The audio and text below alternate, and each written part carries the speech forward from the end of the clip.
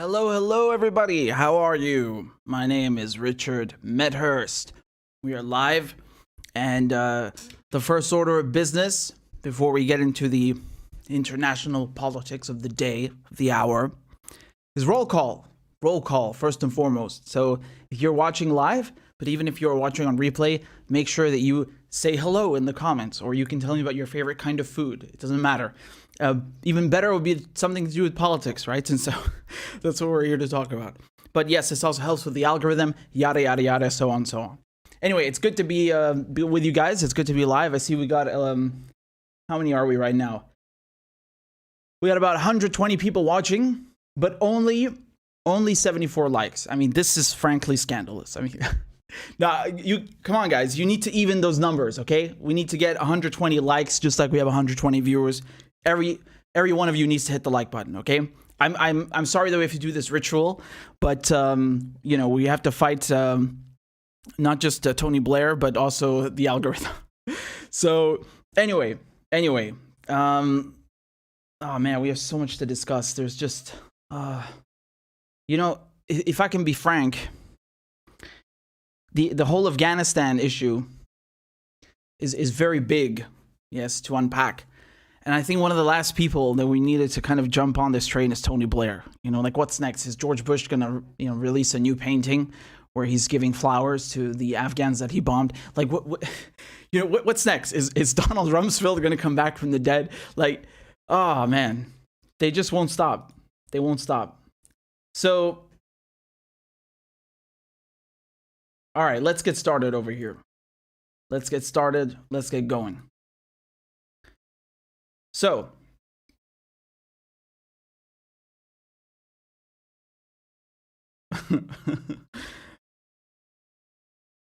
here we go. Here's Mr. Tony Blair, okay?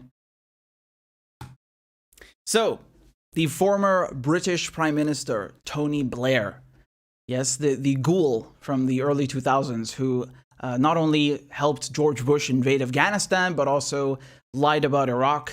He lied about Iraqi weapons of mass destruction. He lied about Iraq's non-existent links with Al-Qaeda.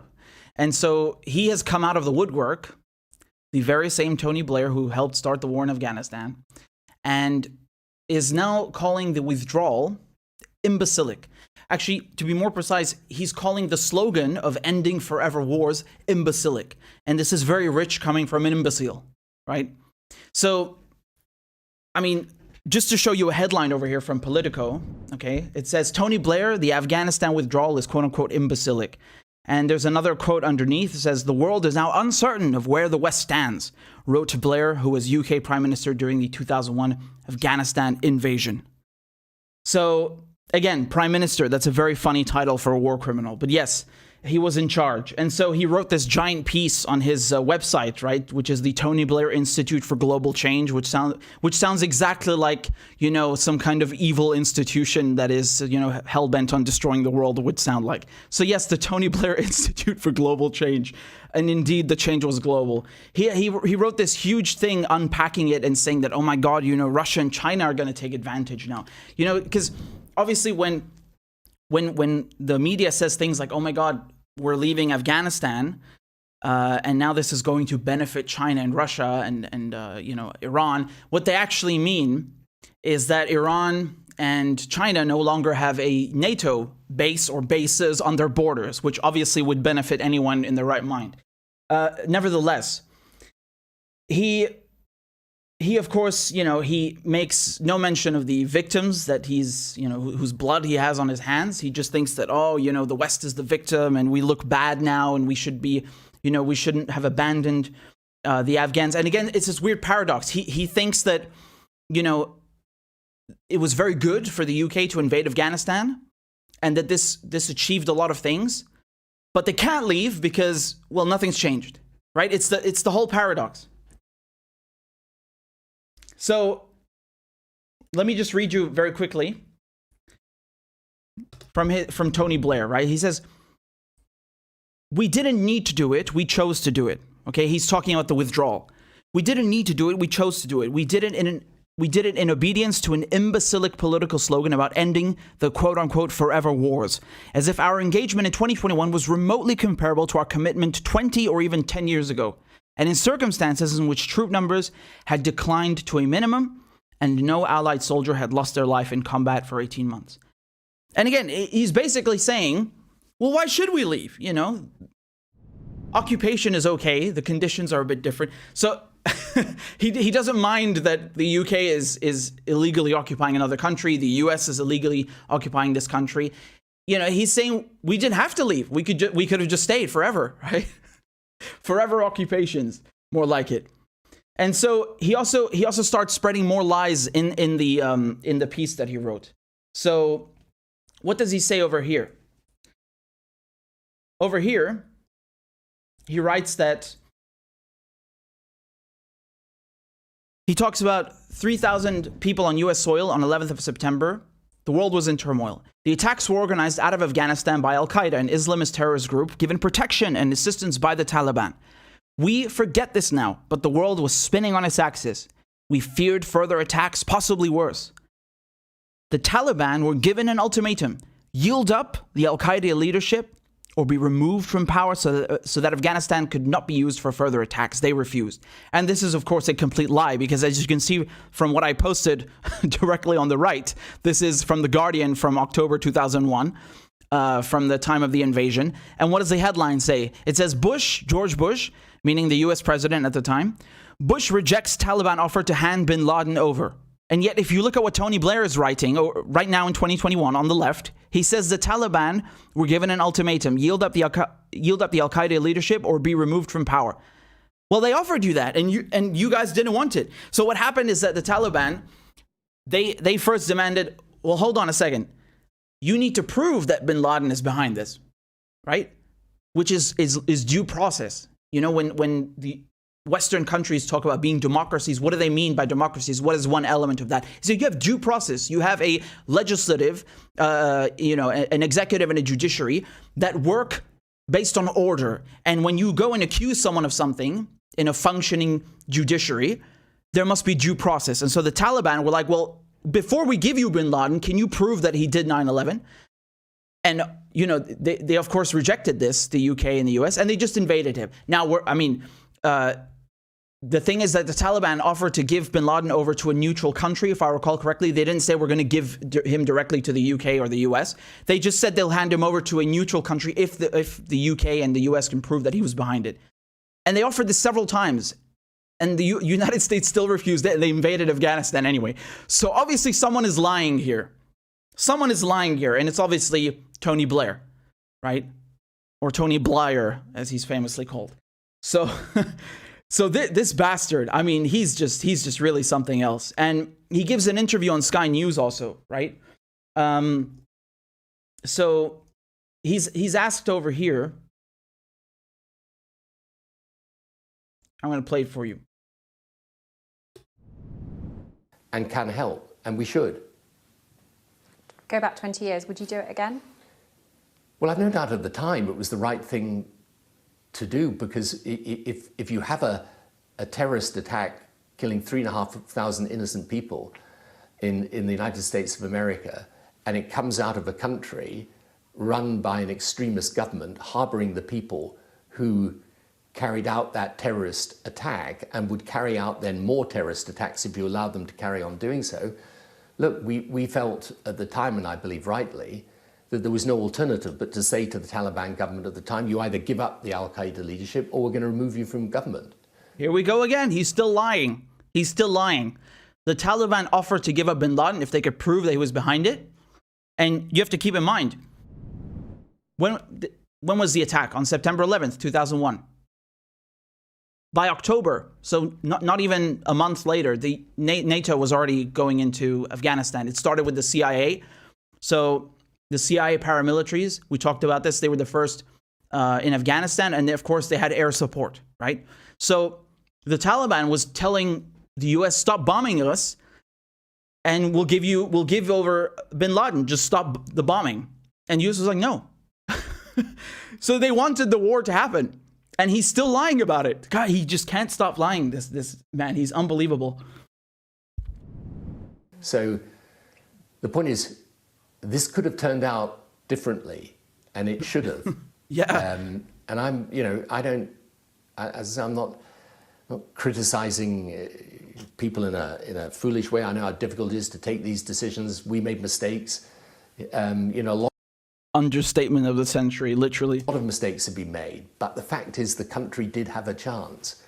And it was really our own internal short-term politics in the West that has driven, in the last couple of years, us to put at risk what we gained. And I think it's only now that we're realizing in this moment of crisis exactly how much we gained and how foolish it is to lose it. So again, the point here is that you have a mountain of war crimes, a mountain of evidence showing that Tony Blair, and George Bush lied, and their cabinets as well. And we're in 2021, and he's still trying to justify it. He still won't admit that he was full of it. Okay, take a look at again. I hate to bring these two on the screen, but here's George Bush and Tony Blair. And this speech, if I'm not mistaken, this was given in November. Yeah, I think it was in November 2001. So this is 1 month after the invasion, right, of Afghanistan. So let's take a look at what they're saying.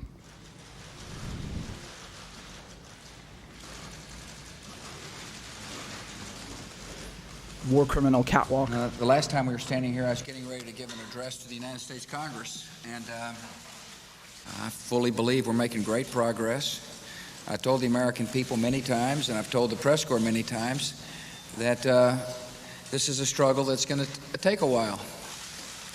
That it's not one of these Kodak moments.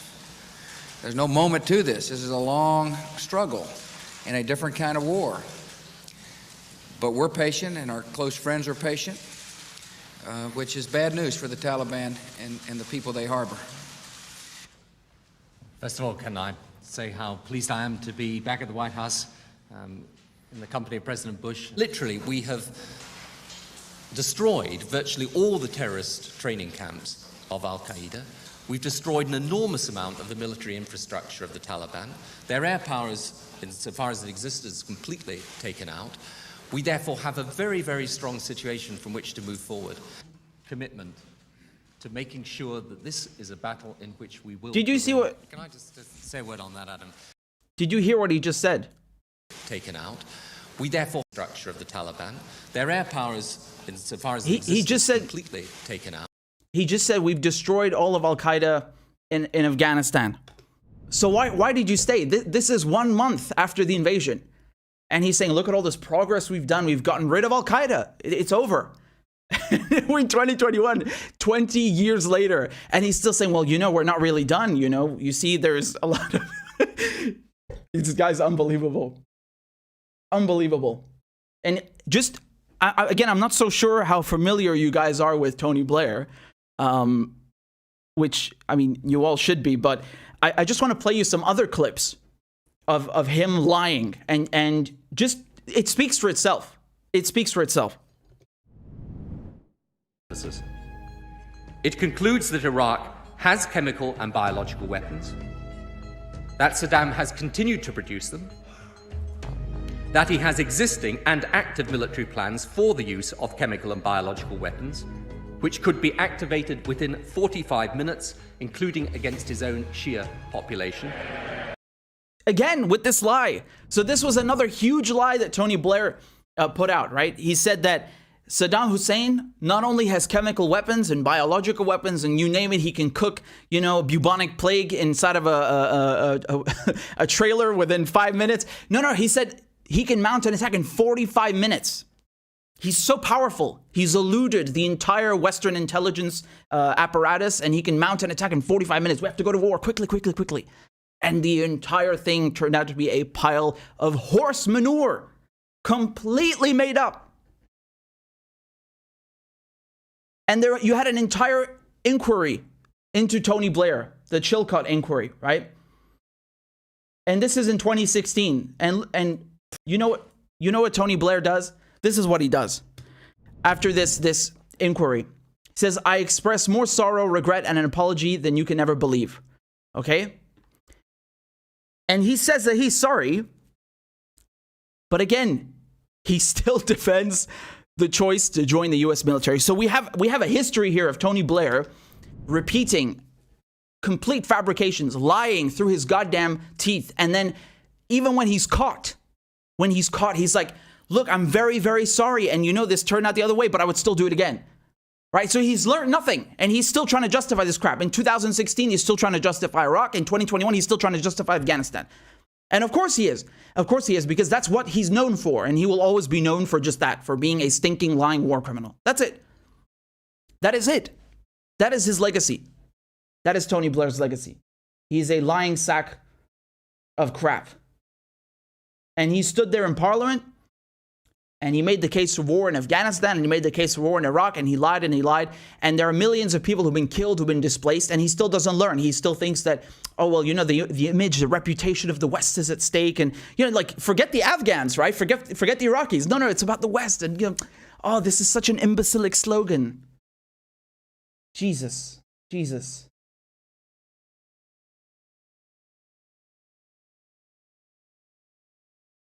And of course, what he's saying also in his statement, right?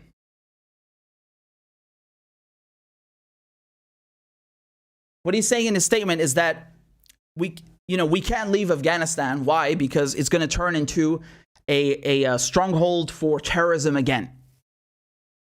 And this is incredible. This is incredible to me, because if you have been paying attention to what happened in 2001 and ever since, who are the hijackers on 9/11? 15 of the 19 were from where? Afghanistan? No. Were they from Iraq? No, they're from Saudi Arabia. Have you ever heard Tony Blair say a word about Saudi Arabia? Have you ever heard George Bush say a word about Saudi Arabia? Have you heard any US politician or British politician say a word about Saudi Arabia? And I'm not just talking about 9/11. We're talking about the whole, exporting Wahhabism, all of these other groups that they've been building up in Syria. Not a word. Not a word. And I want to play you a little speech over here. I want to play you a little speech in a second. But another thing. Another thing that Tony Blair says over here.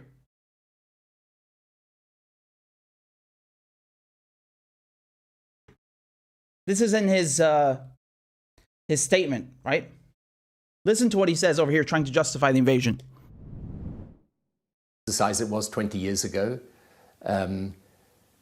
This year, there would have been roughly 200,000 Afghans going to university, of which 50,000 were women. If you look at the education system and how it's changed, and remember, the majority of Afghans have grown up not under the Taliban. It's a young population. Now, I think the story's not over for Afghanistan, and it's very clear to me speaking to people. Okay, again, when I played you this speech by Tony Blair just a few moments ago, when he was standing next to George Bush, was he saying, well, now women can go to university in Afghanistan and there are such and such developments with the economy? No. You said you're going to Afghanistan to get rid of Al-Qaeda and the Taliban. No one invited you or asked you to go to Afghanistan and invade that country so that women can go to university, even though that's a great thing. So he's deflecting now. He's deflecting from that and saying the economy is 3 times the size, right? So he says that in his statement on his website, not in the interview, right? And then he says that you have 50,000 women who can go to university. Yeah, but there's 50,000 dead Afghans, and that's a conservative estimate. That's the conservative estimate. You have to consider there are people from Pakistan who've been killed also in this war on terror, right, with drones and other methods and all of this. And you have to consider that you have millions of people that have been displaced. It's not, people think that the casualties is just the number of deaths. No, you have people who are wounded. You have people who have psychological trauma. PTSD or other mental illnesses or anxieties that develop from being in a war zone. You have people who are displaced. They become refugees. These are also casualties. They're not deaths and critical casualties, but they're also casualties. And that's on him. So now he's saying, well, look, some women can go to university, which is a great thing, but you invaded a fucking country. And now you're trying to make it about the size of the economy? I don't give a shit what size the economy is. Why are Afghans living in poverty then? How do you explain that? The economy is 3 times the size. Yeah, and who benefited from that? Not people in Afghanistan, obviously. At least not the majority of them. Why are so many of them trying to flee? Why are so many of them refugees now? You destroyed this country. This is the bottom line. You destroyed this country. You destroyed Iraq. You destroyed Afghanistan. And he's trying to deflect and talk about human rights. And no. And the people who are interviewing him, they're just like, well, you know, I'm just not going to say anything, and I'm going to let him, no pushback, nothing. I mean, to be fair, it's 18 minutes. You should watch it, but it's kind of like a softball interview, honestly, really. There's no mention of war crimes. There's nothing, right? And I find this absolutely incredible that Tony Blair is able to sit and give interviews. Like, just pause for a moment, think of this. This guy decided to invade 2 countries with George Bush and kill and displace millions of people, okay? And he is a free man. He can just like sit and you know, in a suit, and he can give interviews, and he's like, what? What is that? Do you know in 2017, people tried to take him to court for war crimes, and it failed. You know why it failed? Because there's a high court judge who blocked it. They said some ridiculous, absurd reasoning, something along the lines of, well, you know, there's no equivalent of a war of aggression under British common law. And you know why that is? Because, again, I've gone through this when I covered the ICC and Palestine and all this. Because when they ratified the Rome Statute, okay, they had 3 major crimes. I think it was genocide, war crimes, and crimes against humanity. And then later they added crime of aggression, a war of aggression, which is what Tony Blair did, what George Bush did. They started a war, not out of self-defense, but because it was simply aggression. Invading Iraq, invading Afghanistan, war of aggression. And so people tried to take him to court for that.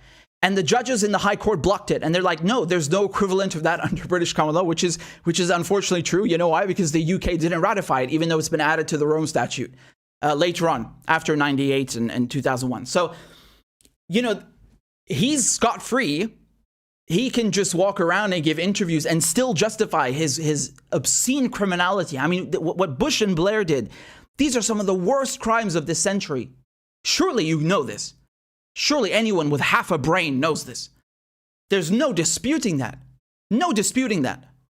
And he's allowed to just walk free. And meanwhile, what happens to people who expose not wars, but specifically this war on terror, right? Like Julian Assange. He's in jail. So do you see the difference here where, you know, you publish evidence of the crimes that they committed, Tony Blair, George Bush, and everyone since, you go to jail. But if you're the one committing the crimes, it's okay. You're a free man. High court will protect you. I mean, this is just emblematic of what the state apparatus, you know, what the judiciary is made for and who it serves. Because if you look at this country and you see, well, this war criminal can walk free, and a journalist who exposes his war crimes, right, and the crimes of his colleagues and other world leaders is in jail, then what does that tell you about this country and this society and this judiciary? What kind of values and morals does that convey to you as a rational human being? So this is just utterly scandalous. And I want to play you over here a speech by George Galloway. And again, George Galloway, for me, when I was growing up, and like, how do I know George Galloway? He's anti-war. Like, he always stood out to me, and I always remember him to this day, and I always respect him because why? He's anti-war. He's a real anti-imperialist, right? He was against Afghanistan. He was against Iraq. He's against all of it. He's one of the only people with a backbone. You know, it doesn't mean I agree with him on every single thing in the world, but when it comes to this, he's correct, right? George Galloway, Chris Williamson, they come correct. There are very few politicians with a spine, and George Galloway is definitely a politician with a spine, and he's a brilliant political analyst. And I just want to play you this clip over here and what he says about Tony Blair. Okay? Saudi Arabia Has he ever raised his voice about the situation of women in Saudi Arabia? Never. How could he? He's on the payroll. You know it. My anger and contempt for these people, as you can tell, is bottomless. But that doesn't mean I'm with Joe Biden. The United States and its satrapies, like Britain, France, the Netherlands, and so on, have withdrawn from Afghanistan because they lost a war. No matter what firepower they were able to put on the battlefield, or more particularly to rain down from the skies, they could not defeat these ragged-assed Taliban. And so they left, because even the United States cannot go on fighting a war for 20 years and then another 20 years. That stuff belongs in Orwellian fiction. We have always been at war with Afghanistan. But because I recognize the fact that the Taliban are now the power in Afghanistan, able to summon Hamid Karzai and Abdullah to their council and give them jobs, to put some lipstick on the face of the new Taliban administration, doesn't mean, as some idiots who can only think in binary seem to think, that I am somehow with the Taliban. Don't you dare try and put the Taliban on me. I was opposing the Taliban and their fathers and their uncles when Britain and the United States were stuffing guns and money and propaganda support down their throat. Told you, man. George Galloway is the man. George Galloway is the man. He always is. He always is. And I love his comments at the end, because this is something that would always come up even back then, right? So if in 2003 or 2002, people were saying like, oh, we shouldn't invade Iraq, what would people say? They would say, oh, you support Saddam Hussein, right? It's just like now, if you say the US should get out of Syria, say, oh, are you an Assadist? Like they can't think except in binary. These are sheep. And so the same thing is being said now. They're saying if you are against US intervention and occupation, do you support the Taliban? This is obscene. This is obscene. And George rightfully points out the fact that the West was giving these people weapons. A lot of these same people weapons. Not that long ago. Not that long ago. And the same can be said for Al-Qaeda. Even more so. So Tony Blair, I mean, is a scourge upon humanity, just like George Bush. I mean, when you think of the worst leaders in modern history, without a doubt, these two, these are devils. These are absolute devils. And I don't think anyone can look at the war on terror, or as I call it, the war of terror, and think that this is okay. How can you look at this war of terror and not see that it has caused more suffering and displacement and death and casualties and maiming than anything else in modern history? And the fact that the media allow him to do this, right? They give him a blank check, like, yes, come on, Mr. Blair, and just spout your nonsense and then you can leave. What?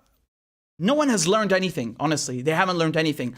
And instead of interviewing, I don't know, maybe some Afghans, since it's their country, instead of maybe giving the facts, showing that these wars caused immense suffering and tragedy, no, they just default back to the same people who started the wars. And it's just like when you see Ellen and when you see a whole slew of late-night hosts trying to rehabilitate George Bush as some guy who just paints, and some friendly uncle figure, and even Donald Rumsfeld, bringing on Donald Rumsfeld and trying to rehabilitate him. What a sick, perverted society, honestly. What a sick society. So unfortunately, as long as Tony Blair and George Bush are free, and their cabinets are free, and the people who started the war on terror are free, we cannot talk about being a civilized, just society. Because this is the pinnacle of injustice. And it's that simple. So Tony Blair can talk about women's rights and university and all of these things as much as he wants. That does not change the fact that he destroyed this country. And he destroyed Iraq as well. And he is a liar of the highest order.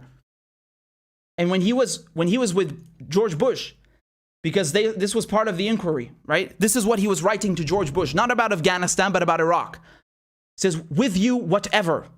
These were in his letters, right, to George Bush. And he was pledging unconditional support and saying, we'll do whatever you want. And, you know, like a real lapdog. You know what I mean? And I think it even says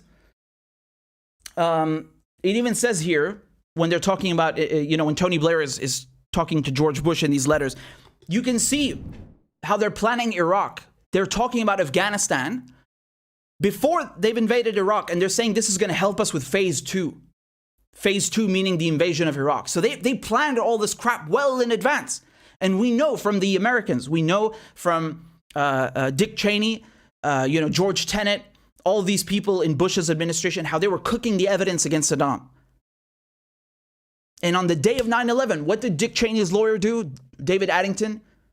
Which is unheard of, that the vice president's lawyer is drafting executive orders. He's coming in and starting the mass surveillance program. You know what became, so it was called the Presidential Surveillance Program, and then it became PRISM and all these various things inside of the NSA. The day of 9/11, within 24 hours, they started that, and they kept it secret for years. What does that tell you? What does that tell you? These people had an agenda from day one. They had an agenda. They wanted to go to war. They don't care. Taliban wanted to give them Osama bin Laden. They don't care that there were no WMDs in Iraq. There was no link to Al-Qaeda. They don't care. They fabricated and cooked all of this and planned it well in advance. Absolutely scandalous, honestly. And he has the nerve to call this slogan about ending forever wars imbecilic. Like he reduces it to a slogan, right? As if people who are anti-war are just chanting some like political campaign slogan. How dare you, honestly? How dare you? Talk about imbecilic. Dude, George Bush is an idiot. Besides being a war criminal, he's an idiot.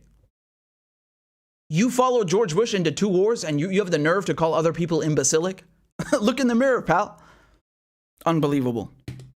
So, you know, screw Tony Blair. And, you know, I was on RT yesterday and I talked about Blair and, you know, I put the video up already. You can go watch it because it's, you know, it wasn't enough for me. I had to come here and also unpack it much further because this is really just nasty.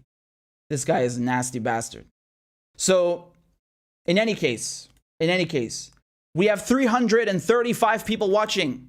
Welcome. However, we only have 275 likes. We are short. So, we need 335 likes. Make sure you've hit the like button. It helps with the algorithm. YouTube suppresses independent news. So thank you for supporting the show. And commenting is also good. Everything else as well. So just before we go to the next segment, we've received a tip over here. Oh, hold on. It's out of focus again. Give me a second. Jimi Hendrix is stealing my show, rightfully so. But we have a tip over here from Monique, and well, it doesn't say anything. Oh, it says merci Richard. Moi je dis merci à toi Monique, merci beaucoup. Ça fait plaisir que tu es là, que tu sois ici et je vois souvent tes commentaires sur Facebook. Donc merci d'être là et d'offrir ton soutien et ton support. Merci beaucoup. Et we got another one over here, another tip from Habib. Says, George Galloway said it should be a crime to deny. No, okay, look, man. I'm not going to get into that. Especially, listen. I don't know about the UK, what the current legislation is there. But, you know, it is definitely a crime to do that in Germany and Austria. It's definitely a crime. And, you know, it makes sense because that happened here. It happened in Austria and Germany. So the UK, I mean, I don't know what the law is in the UK, and I don't know that George Galloway said that. I don't know. But like I said, when we're talking about Tony Blair, when we're talking about George Bush, Afghanistan, Iraq, man, no one comes more correct than George Galloway. I mean, he's been against these wars from the beginning. So, it's I think with Brexit, where we have a few disagreements, but anyway, we're not going to get into that. We have to look back on the fact that we're 20 years later now in 2021, and no one has learned anything. The media will not learn anything because their whole point is to lie and misinform and to hide the truth, right? So, it's expected that they would do that. It's just unfortunate that people are still falling for this nonsense, right? You still have people who are so brainwashed about Iraq, about Afghanistan. They still believe the lies that they were fed by Blair 20 years ago. Like, this should give you an idea how powerful this propaganda is. It's really not a joke. It's really not a joke. And you had people like Judith Miller at the New York Times, and you had all these disgusting government lapdogs, really mouthpieces for the CIA, just repeating this blindly. And so there are very few people, especially in politics, who had a spine and who are saying, no, this is false. We should not go to Afghanistan. We should not go to Iraq. And George Galloway is one of them, right? So he's owed a lot of respect for that, for other reasons too. So there you go. And we have another tip over here from Neil Fraser. Says, don't forget, it was Tony Blair who expelled George Galloway from the British Labour Party. Keep up the great work, Richard. Thank you. And yes, that comes as no surprise. Look at the Labour Party who is running it now with Keir Starmer and a whole. I mean, when we talk about Blairites, what do we mean when we say Blairites? The whole party, even when Corbyn was in charge, they ganged up against him to throw him out. And a lot of them are from this era of Tony Blair, right? They're neoliberal bastards. They are nothing to do with the left. I mean, they're really just playing a game of catch. It's kind of like with Democrats and Republicans. There's no difference between the two. There's no difference between the two. And I don't think it's ever been more apparent than now, because I covered all this legislation that they're passing, and this overseas operations bill and so on. They just let it through. And you're absolutely right to bring this up about Tony Blair, that he helped expel George Galloway. And it really tells you everything. When George Galloway is no longer there, Chris Williamson, Jeremy Corbyn, there's something wrong with this party. There's something very wrong with this party. So Nishama says, Richard, we will prevail. I hope so. Thank you for your donation as well. And Habib says, I believe he is falling in line, brother. So, again, I don't know, man. I just wanted to say that I have a huge respect for him because he's always defended Arabs. He's always defended the Middle East, and he's been an anti-imperialist. So that for me, this is a tough thing to do when you are a British or American politician. No one is going to do that. And defending Palestinians, right? And that's why they got rid of Galloway, they got rid of Chris Williamson and Corbyn, precisely because they actually have a spine when it comes to these things that matter. You can't have a career in politics in the UK or the US if you are defending Palestinians. This is unheard of, right? It just doesn't work, unfortunately, because I mean, who created Israel? It's the UK, right? I mean, and now who's supporting them? It's the US. So, of course, that's the way it is, unfortunately. And to make these kinds of statements and stances, it costs you, and you can see that cost what they have had to go through because of that. Florence says, thank you, Richard. Thank you, Florence. It's good seeing you, and I appreciate it very much. So just before we go into the next segment, if you guys have any questions or comments, I can that you want me to read, you can send a super chat, or there's also Venmo, CashApp, PayPal. Anything works. And thanks for supporting independent media and anti-imperialist media and pro-Palestinian media. So, it's I'm very humbled to be able to do this. So thank you very much. In any case, let's move on to the next segment. I should probably take a bathroom break. So before we do, I'll be right back. You guys remember we used to do like 5-hour live streams. I don't, what was the record? 7, 8 hours? I can't remember.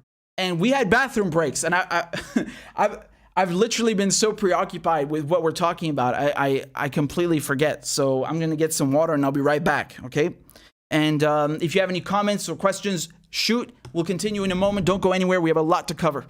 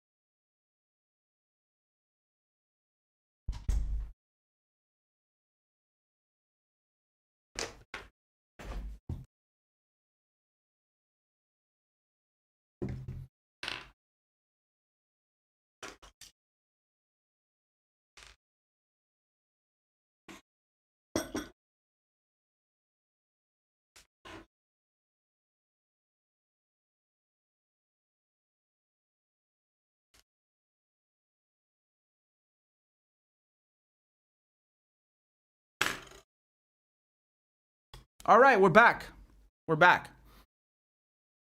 Jimi Hendrix stealing my shine again. Let's go. No, but seriously, I mean, I'm very grateful for your support because I couldn't do this without you. And, you know, it's, yeah, actually, you know, I wanted to do it was my birthday a few days ago. I wanted to do a stream because we did one last year as well. Yeah, I was just looking back on everything that's happened in the last year, and I'm very grateful and you know, really just a good year, thank God. So and you know, I'm thankful for your support as well. It's been a tremendous year and lots of growth, and yeah. Anyway, I'm not going to give a whole last speech later. But let's go to the next segment. So,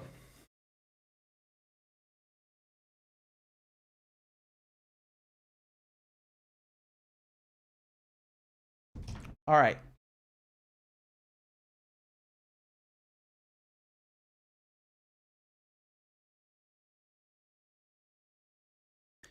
So,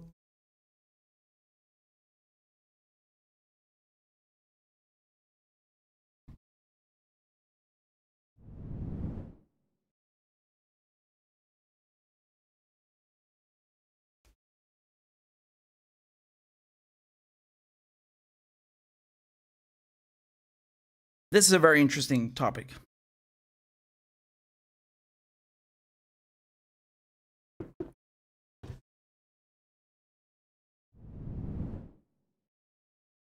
So, Iran is sending oil to Lebanon, right? Now, this is hilarious, the developments that have occurred. I'm just going to read you a brief recap when I was reporting on this a few days ago, okay? So, in a huge blow to the United States, Hezbollah has just announced the first shipment of oil from Iran to Lebanon. Sayed Nasrallah warned the United States and Israel to stay clear of the vessel as the ship would be regarded as Lebanese soil the moment it set sail, and aggression won't go unanswered. This is in direct reference to Israel's numerous attacks on Iranian ships sending fuel to Syria, who's crippled by sanctions. And the United States itself has pirated, literally stealing and selling off Iranian oil on its way to Venezuela, also under sanctions. And it's ironic that politicians like former Prime Minister Hariri, who are unable to even form a government, are criticizing Hezbollah's move to help the people, as Lebanon is not only experiencing fuel, but also food shortages now. If he has a better plan, where is all the oil from his Saudi friends? And then in his speech, Sayyid Nasrallah underscored the invaluable friendship with Iran and its unwavering commitment to its allies, even during the most desperate times, citing the martyrdom of General Soleimani outside Baghdad airport last year. And of course, Iran itself, again, is under sanctions.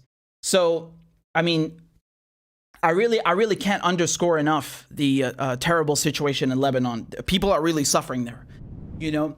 There are several reasons for this, of course. One reason is the war on Syria, the sanctions on Syria, because Syria and Lebanon's economies are very much intertwined and interlinked. Another reason, of course, and perhaps this is the main reason, as most would agree, is the corruption. I mean, the Ponzi scheme that has been going on, right? We've had Rania on the show many times, and she always brings up this phrase, which is really the perfect way to describe it. It's a Ponzi scheme. And people, they talk about the Prime Minister, Hariri, or the former Prime Minister, but as Rania correctly pointed out, the head of the central bank is also at fault here. You have numerous other politicians who are at fault here. And the corruption is so rampant. I mean, every country has corruption, of course, but unfortunately it's been exacerbated in Lebanon for various reasons. And here we are. And so people, there's not only a fuel shortage, they're starving, you know. I think just a month ago, we went through the economic crisis in Lebanon on the show. I mean, we've been going through it for a while now, but I just tried to explain to you how badly people have been hurt, right? So what they could afford before, what they can't afford anymore due to the inflation. And there was a good article on this, but I mean, I don't think anything encapsulates it more than this image. So this is from Twitter, right?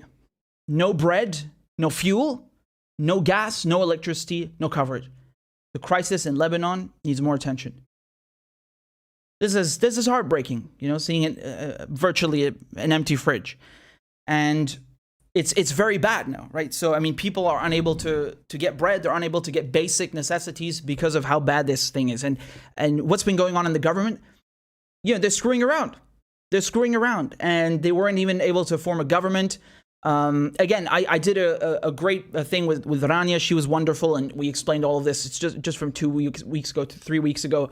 So go watch it on the channel if you want more detail about the formation of the government. And with the oil now, we also looked at this because there is a huge shortage, specifically not of just crude oil. We're not just talking about oil, but, benzene, diesel.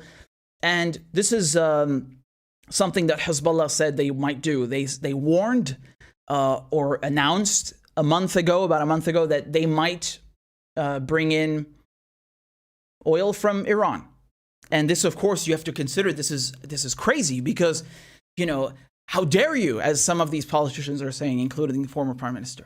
They're afraid that if Lebanon starts importing oil from Iran, then Lebanon will be sanctioned, right? Because that's how sanctions work. If you deal with the targeted party, then you might be fined or jailed or targeted yourself with sanctions and so on. And,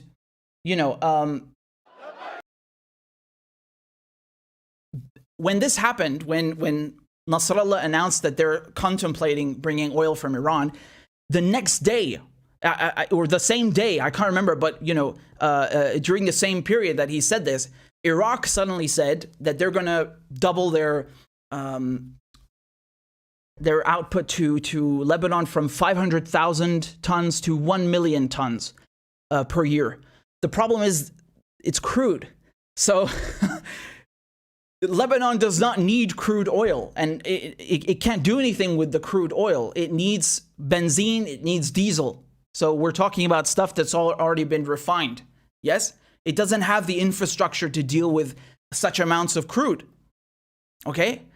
And this was very clearly, though, a panic move because, Iraq, of course, it's not completely free of the United States tentacles. So the U.S. probably pushed them to do that. Or, you have other internal reasons as well. But when Nasrallah announced a few days ago that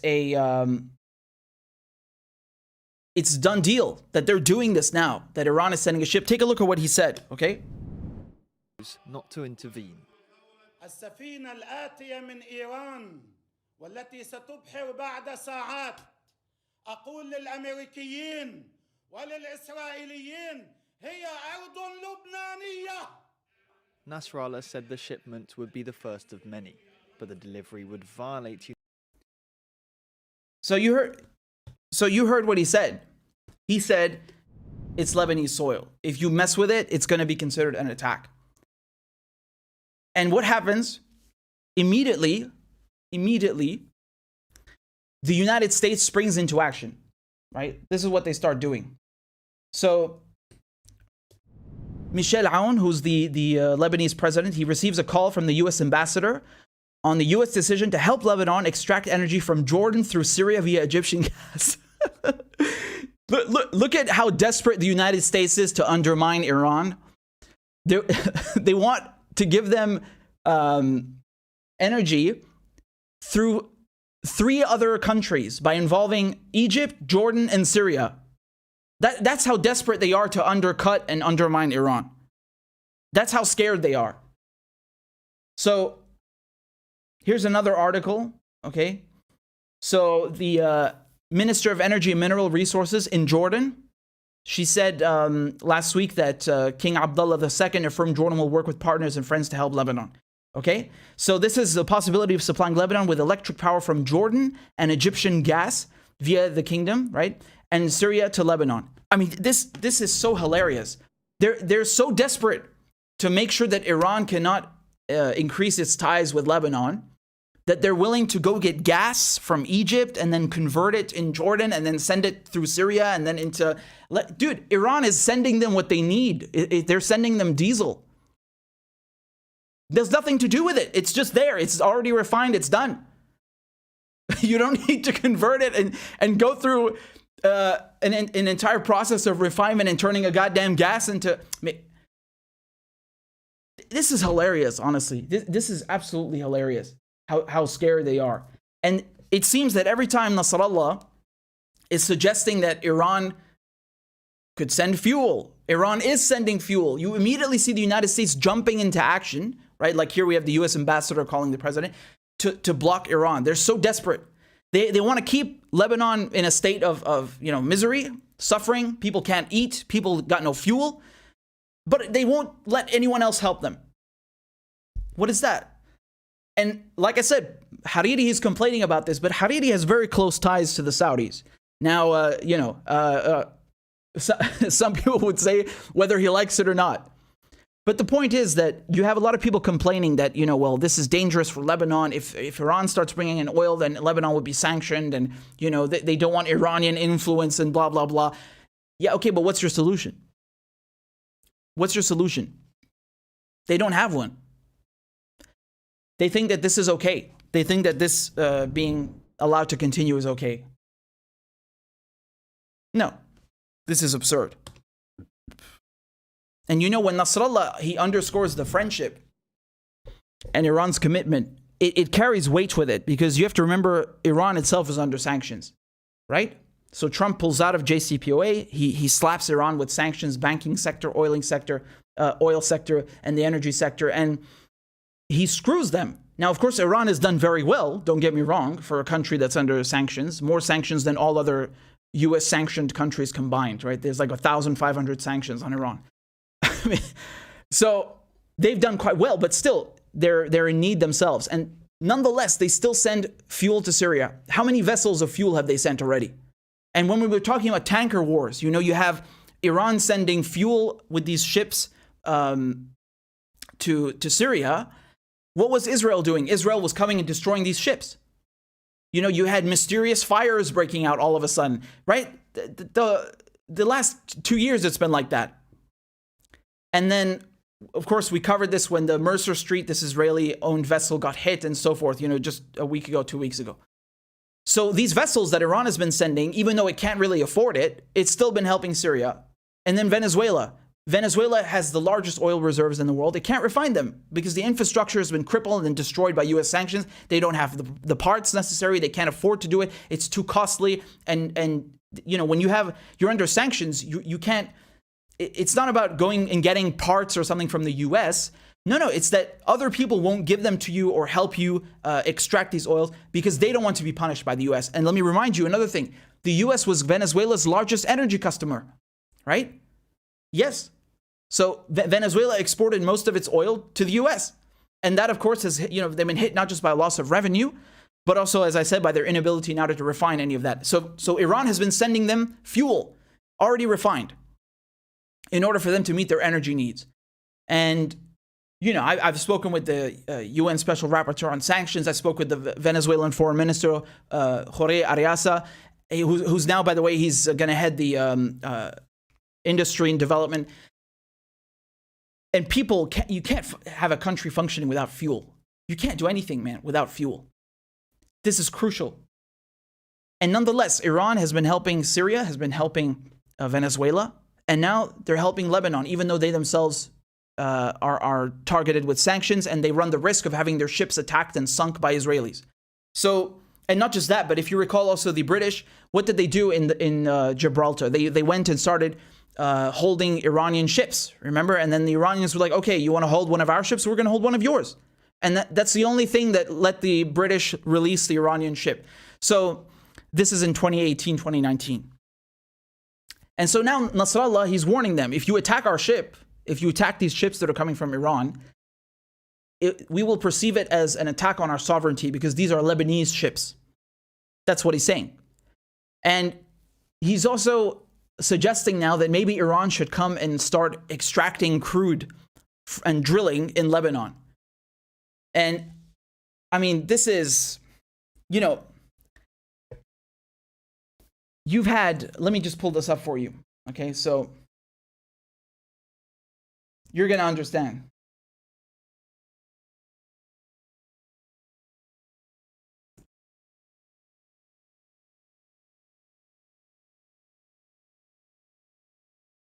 What does this say over here, right?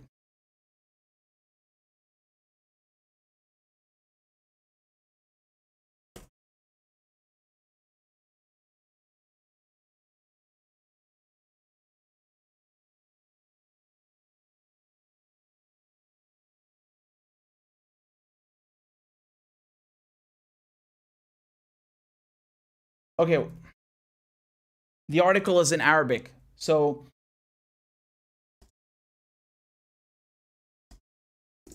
you've had these there we go.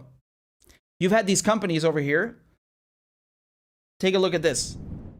So Coral Oil Company stops supplying Lebanon with petrol, okay? A key oil company in Lebanon said Thursday it would stop supplying its gas stations with fuel amid severe shortages that have brought the crisis-hit country to a halt, okay? And you have, the point here that I'm trying to make is that you have numerous Western companies and other companies that are, you know, stopping operations in Lebanon, and Lebanon is already hit pretty badly, and it's just worsening it. And so Nasrallah is suggesting, well, why don't the Iranians just come and, why don't we just let them come and do it? And it's funny because every time he suggests something, you see the West scrambling to kind of mitigate the disaster, right? So it's only when he threatens, quote unquote, to let or ask Iran to come help Lebanon that they spring into action. As I showed you, they're so desperate they want to run Egyptian gas through Jordan, through Syria, and then to Lebanon. So maybe he should continue, quote unquote, threatening to work on economic projects with Iran, and then maybe the West will stop screwing over Iran with this de facto economic siege, and maybe these corrupt politicians will stop screwing over their own people. Who knows? Who knows? You know, I really can't overstate how much people in Lebanon are suffering right now. It's really bad. And, you know, when you have basic necessities that aren't being met, this is disastrous. So we'll see what happens from here. The ships, they need a few days to get to Lebanon.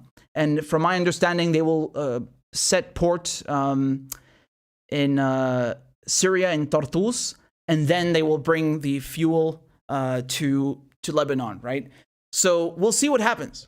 If the Israelis attack the ships or something. Who knows, man? I mean, like I said, they've been playing this game now for years, right? Attacking Iranian ships. We'll see what happens. I think personally, I could be wrong, but I think personally that they won't do anything. I think they won't risk it because they're scared of Hezbollah since 2006. They're very scared. So I don't think they're going to risk a confrontation. And we'll see. I hope the situation in Lebanon gets better because this is really awful seeing people suffer like that, really.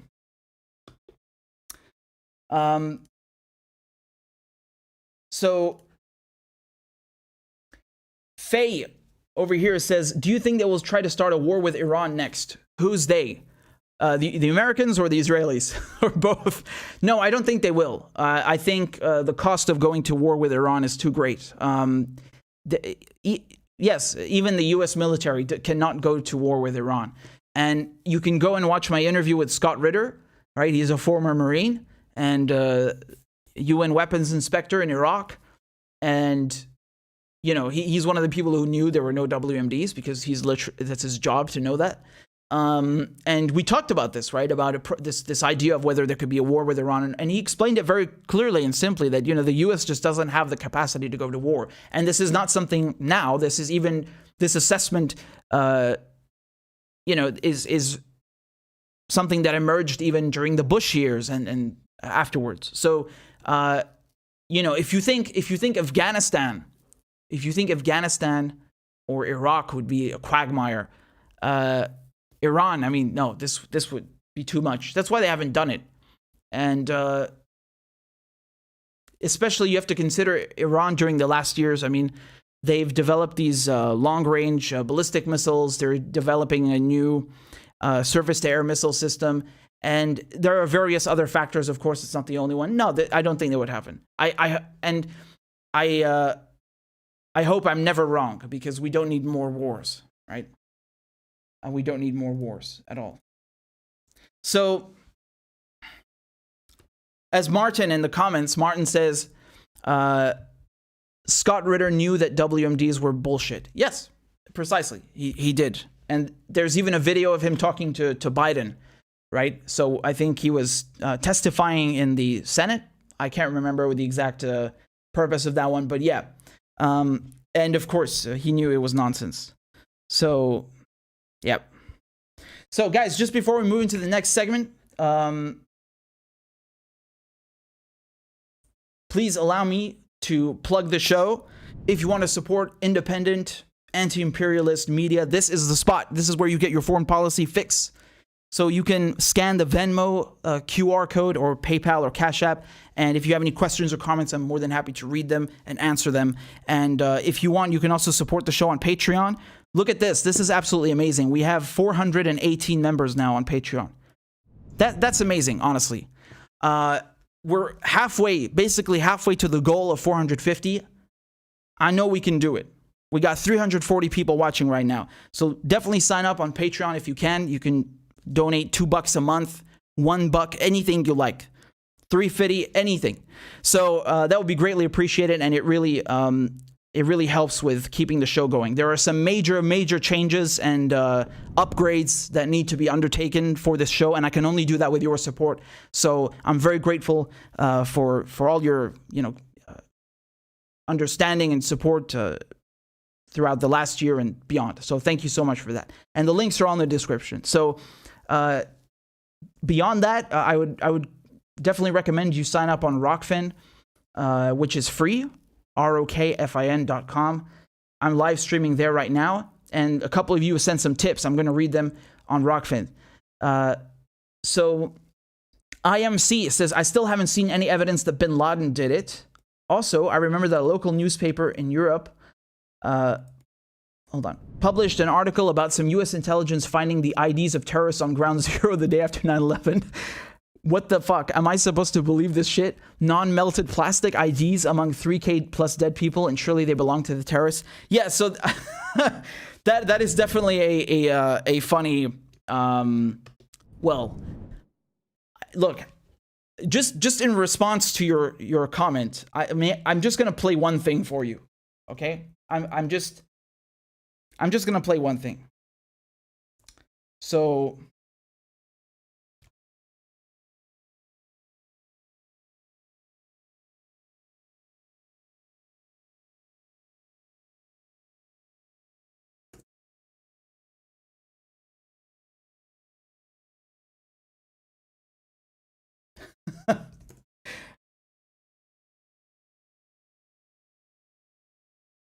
Here you go. Here you go. Another development on Saturday, New York officials revealed at a news conference here in the city that a hijacker's passport was found blocks from the World Trade Center crash site, if you can believe that. No other details were given, but the discovery prompted the FBI and police to expand the search area down in Lower Manhattan. So I believe that's what you're referring to, yes? Because I also heard that before, and, you know, it was many years ago, and then I was like, well, hold on, was that real, or did I imagine that? And then I looked it up, and I found this video, and I had a good laugh. So I think this is what you're referring to. So make of that what you will. Make of that what you will. My God. I'm reading your comments in the chat. Yeah, this is just... Neil says, no, mate, I can't believe that. And... Danny says, why did they fly out the families? I know exactly what you're talking about. We're going to get to that in a second. So we have a huge propaganda effort underway. Let us proceed. Let us proceed and expose this propaganda effort. So, okay, here we go. There we go. Wonderful. So, during this withdrawal from Afghanistan, the US military has been posting a bunch of propaganda, and not just the Department of Defense, but various CNN reporters and other mouthpieces of the state. And they've been showing and posting videos like this. Take a look. So this fellow over here says, "Who's this American soldier at Kabul airport, Afghanistan? He just won the internet." Let me play the video.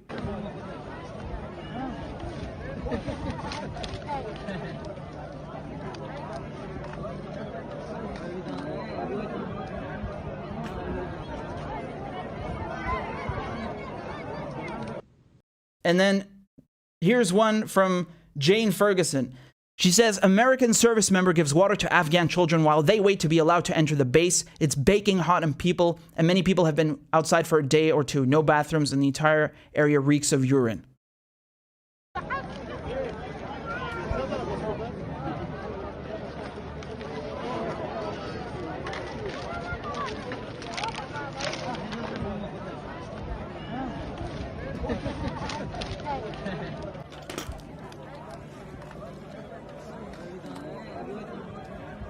And then over here, the New York Times says, the images are heart-wrenching. In the chaos outside Kabul's international airport, footage of babies and children being lifted above surging crowds into the arms of U.S. soldiers on blast walls. It was not clear if their parents had made it to safety. Right? So here are the dramatic images posted by the New York Times and Reuters. And then underneath, we have another post. Photos of a flight that left HKIA, landed in Tbilisi, and then continued on to Norway. The flight contained a large number of kids, from babies to teens, traveling alone. This is a Norwegian soldier cradling an infant en route. Then another one. This is from Kabul airport. We have several babies in this picture. And then there's another one. Wow. They just got... If you think that was it, here's the treasure trove. You want to see the best one? You want to see the best one? Take a look. This is on Facebook, the Department of Defense on their Facebook page, literally posting state propaganda. Like, look at this. They have several pictures of them handing out water bottles. Here's one picture of a water bottle. Here's another picture with a water bottle. And I mean, the comments are just, look, oh, here's two water bottles in the same picture. Oh, wow. I mean, oh, and here's another baby. Oh, here's two babies again. Here's another baby. Wait, what is this? What? Look, man. You can't tell me that this is not a propaganda effort. The Department of Defense themselves literally posted the pictures. If you had any doubts, this is what we call state propaganda. That's what it is. Okay? And the fact that you have these New York Times journalists and so on, journalists, right, mouthpieces of the state, posting this, I mean, what does that even mean? Like, what are they trying to convey with these images?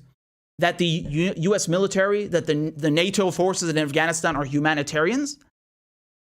They're peacekeepers? What is the image? What is the message they are trying to transmit here? Huh? Because if you want to look at all of the Afghanistan war, which is how a rational person would look at it, and not just the last 2 minutes of a photo op, this is what you would find if you did that. One Ranger, stop the fucking donkey. One Ranger, come here, Portugal. Stop the fucking donkey, bitch. Get the fuck off. Get off the donkey. Get off the fucking donkey. What the fuck you got in here, huh? What the fuck is this shit? What's in here? Do they? Get the fuck out of here. That's what you would find. Here's an article from The Guardian. U.S. soldiers killed Afghan civilians for sport and collected fingers as trophies. 2010. WikiLeaks. Afghanistan war logs. A massive leak of secret files exposes truth of occupation. Hundreds of civilians killed by coalition troops. Covert unit hunts leaders for kill or capture. The A-Team killings. 2013. Last spring, the remains of 10 missing Afghan villagers were dug up outside a U.S. Special Forces base. Was it a war crime or just another episode in a very dirty war? Yeah, pretty sure it's a war crime. Don't really need to think about it. Australian Special Forces involved in murder of 39 Afghan civilians, war crimes report alleges. So this is the Brereton report. I covered this extensively. I also talked with David McBride. He's one of the whistleblowers about Australian war crimes in the SAS. Here's from ABC. A boy and his father were shot dead by Australian soldiers in Afghanistan. Here's Afghan villagers sit near the bodies of children who were reported to have been killed during a NATO airstrike. April 7, 2013. Here's from Save the Children. Between 2005 and 2019, at least 26,000 children have been killed or maimed in Afghanistan. An average of 5 children every single day over the past 14 years. The Times, 2008. NATO airstrike blamed for deaths of 18 civilians in Afghanistan. ABC, 2008. 76 civilians, most of them children, were killed in a US-led airstrike. Reuters, 2009. US strikes killed 140 villagers. The Times, 2009. Western troops accused of executing 10 Afghan civilians, including children. Al Jazeera. Nearly 1,600 child casualties in the past 5 years. New report says 40% of all airstrike victims from 2016 to 2020 were children. Daniel Hale, whistleblower who's now in jail,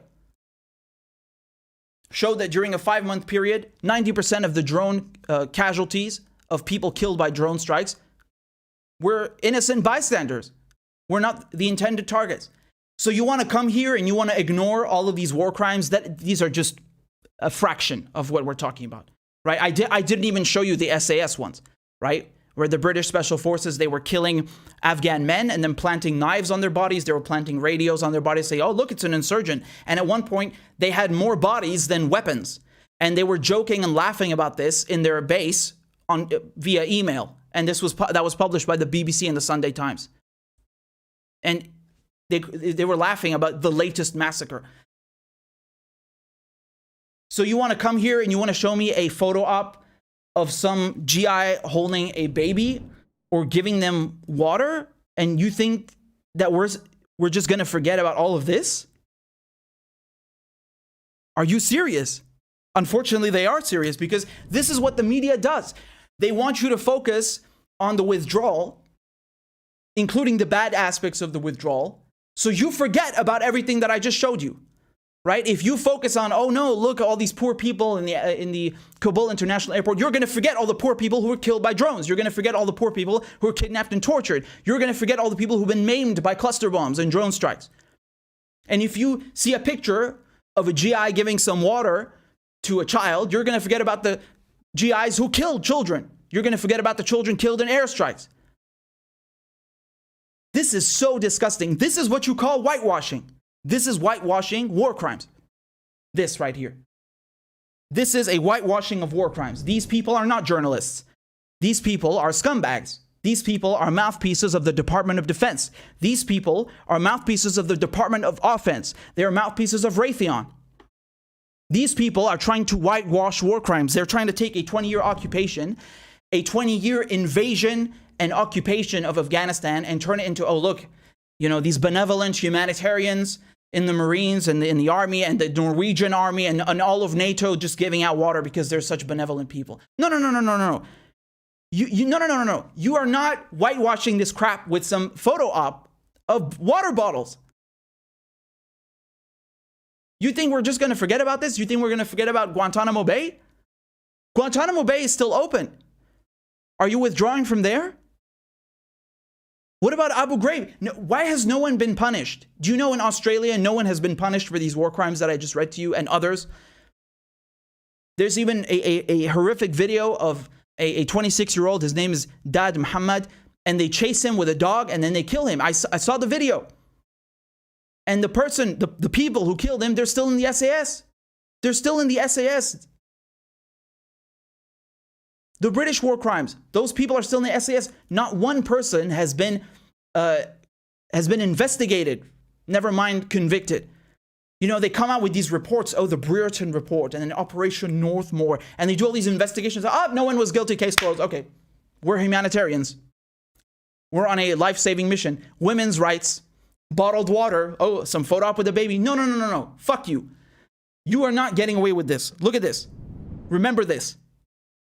No one has been punished for these things. No one has been invested, nothing. No one has been punished. And instead of talking about this, they're trying to distract you with this. They're trying to distract you with this cheap, cheesy, corny ass fucking propaganda.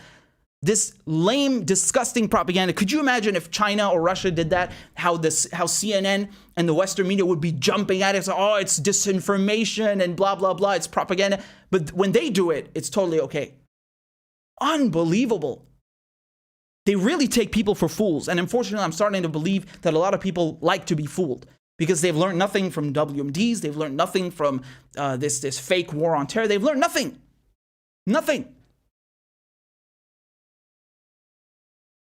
You know, Hitler was also posing with babies. Does that make him a good person? No, it fucking doesn't. So neither do NATO occupiers posing with babies. Do you understand? That is not a criteria for, you know, justifying an occupation, an invasion, and murdering people. That doesn't take away from it. Now, you can come here and tell me that, you know, well, this is not what we should be focusing on. No.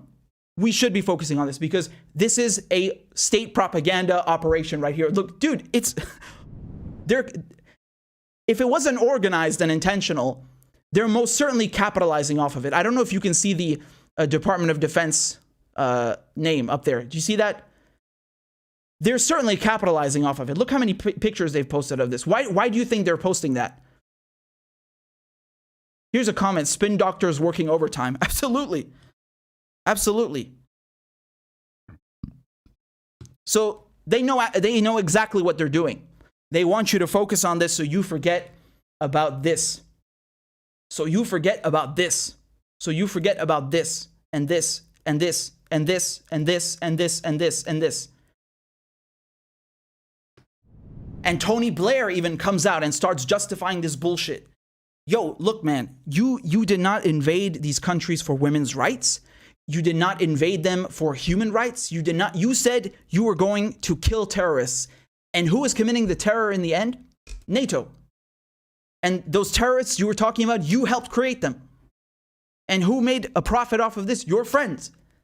So don't come here and show me this cheesy goddamn photo op and try to cover up and whitewash and rehabilitate what you did. I'm not accepting it. And shame on everyone who's accepting it. I mean, the comments are so cringy underneath. Like, you really... Look, they even posted a picture of Jesus. Can you leave Jesus alone? Jesus got nothing to do with this war, okay? It's just unbelievable. It's really propaganda. You have so many people who fall for this, right? They don't even question for 1 second that this war is immoral, it's unjust, it killed so many people, it maimed so many people. I mean, when we say that 50,000 Afghans were killed, this is a conservative estimate. And it's not just Afghans. It's just like Vietnam. They didn't just bomb Vietnam. They went into Laos and Cambodia. And it's the same thing in Afghanistan. They didn't just bomb Afghanistan. They went into Pakistan. And then what did they do? They expanded the war on terror to other continents. Now they're in Libya all of a sudden. Now they're in Syria. Now they're in Somalia. Now they're in Iraq. Now they're in Yemen. 19 countries. Oh, it's the war on terror. No, it's the war of terror. So I'm so offended by this, honestly. Like, they are so shameless and disgusting. The New York Times, the Washington Post, they lied through their goddamn teeth. You know, when George Bush, when Tony Blair were making up these lies and making the case for war, trying to justify this disgusting imperialism, they just let them do it. There was no scrutiny. Oh, you say that you know, bin Laden, they don't want to hand him over? I guess it must be true. Oh, you're saying there's WMDs in Iraq? I guess this must be true. And then they publish sorry notes when it's too late. And then they still don't learn. They still try to whitewash it with these stupid pictures. They don't learn, right? Because their job is not to learn. Their job is not to report. Their job is to distort. The mainstream media are a cabal of corporate prostitutes who work for the weapons industry. Their whole job is to do this. It's spin doctors, propaganda. This is their job. They have never reported honestly on the war on terror. And even right now, they are not doing it when it's supposedly coming to an end because they are dishonest. Why don't you go look at the refugees that have been created and how they feel losing their homes and their resources and their basic necessities? I'm pretty sure it's been hot for them. I'm pretty sure a lot of them did not have water either. Oh, they're so vile, honestly. These spin doctors, they're so horrific, honestly. I can't stand it. I really can't stand it. If you can look at this 20-year, and again, when we say 20-year, we're talking about the war on terror. The U.S. has been interfering in Afghanistan way before that, right? Who is funding the Mujahideen? Who is giving Osama bin Laden and Zawahiri and all these bastards these millions of dollars? The CIA was giving them this money. If they are threats and they exist today, if Al-Qaeda exists today as a threat, it's because of them. Oh, man. I'm really...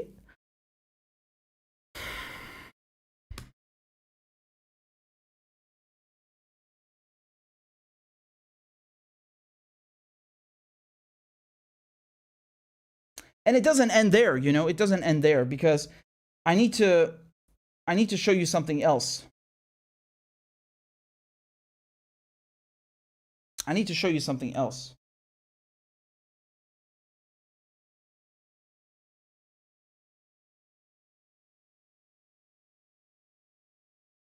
So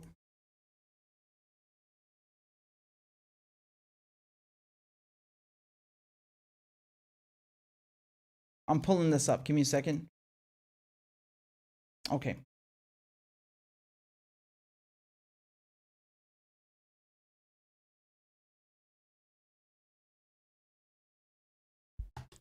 So, again, as part of this whole propaganda effort about Afghanistan, what is the mainstream media doing again? They're doing exactly what they were doing in 2001. So if you pick up a newspaper now, you can't tell the difference between 2001 and 2021. You see headlines like this. This is from the New Yorker. Afghanistan, again, becomes a cradle for jihadism and Al-Qaeda. Here's from The Guardian. The Taliban's return to power in Afghanistan will be a boon for international jihadism. Here's from Fox News. With Taliban victory, Afghanistan could become the second school of jihadism. And if you just look this up, it's full of articles like that. Right? Full of it. And so, what are they doing here? Once again, they're trying to justify the war, say like, look, we had to be there because there's a risk of Al-Qaeda, growing and maintaining a foothold. And now because we're leaving, look, it's going to become an Al-Qaeda terror hub again.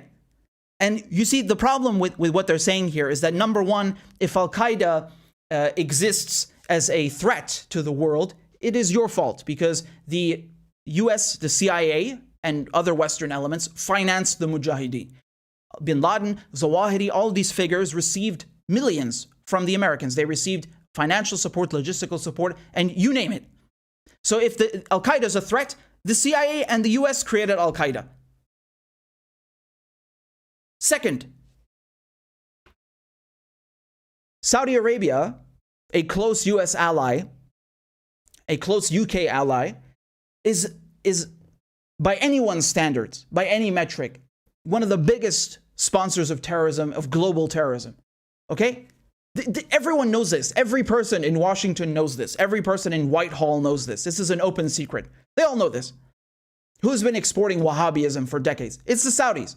And why are they able to do this? Because they have a special relationship with the United States. The United States, as you know, the dollar is no longer pegged to gold. Nixon took the dollar off the gold standard. And now you have the petrodollar, right, for a few decades. So the dollar, it forms the basis for all oil transactions and sales in the world, right? So because Saudi Arabia and other countries, they only sell oil with US dollars in exchange for US dollars, this helps the dollar maintain its standing in the world as a stable currency. And it, of course, provides America with enormous gains, right? This is a real form of power for the United States and why it is able to do all the things it does. Half of all transactions in the world are conducted in US dollars, right? And one of the things that bolsters the US dollar is the fact that not only Saudi Arabia met and helped supply the energy needs of the United States in the West for such a long time, but that it also helps the currency of the United States maintain such a standing and prestige, right, in the world. And so in exchange for that, in exchange for this, the United States looks the other way. They look the other way when Saudi Arabia is exporting Wahhabism, right? This form of fundamentalist Islam, and of course they did this in Pakistan and so on. And so, if we look at also what happened in Syria, in the last decade and what is happening right now, you go to Idlib in the north of Syria, you have tens of thousands of jihadist fighters. Many of them have not only received support from the West and from Turkey, but also from Saudi Arabia, right? And some of these groups have disappeared. Some of them have merged, right? So if we look at, for example, Al-Qaeda when it was in Syria, right? It's called Jabhat al-Nusra. And then they renamed it from Jabhat al-Nusra to Hayat Tahrir al-Sham, HTS.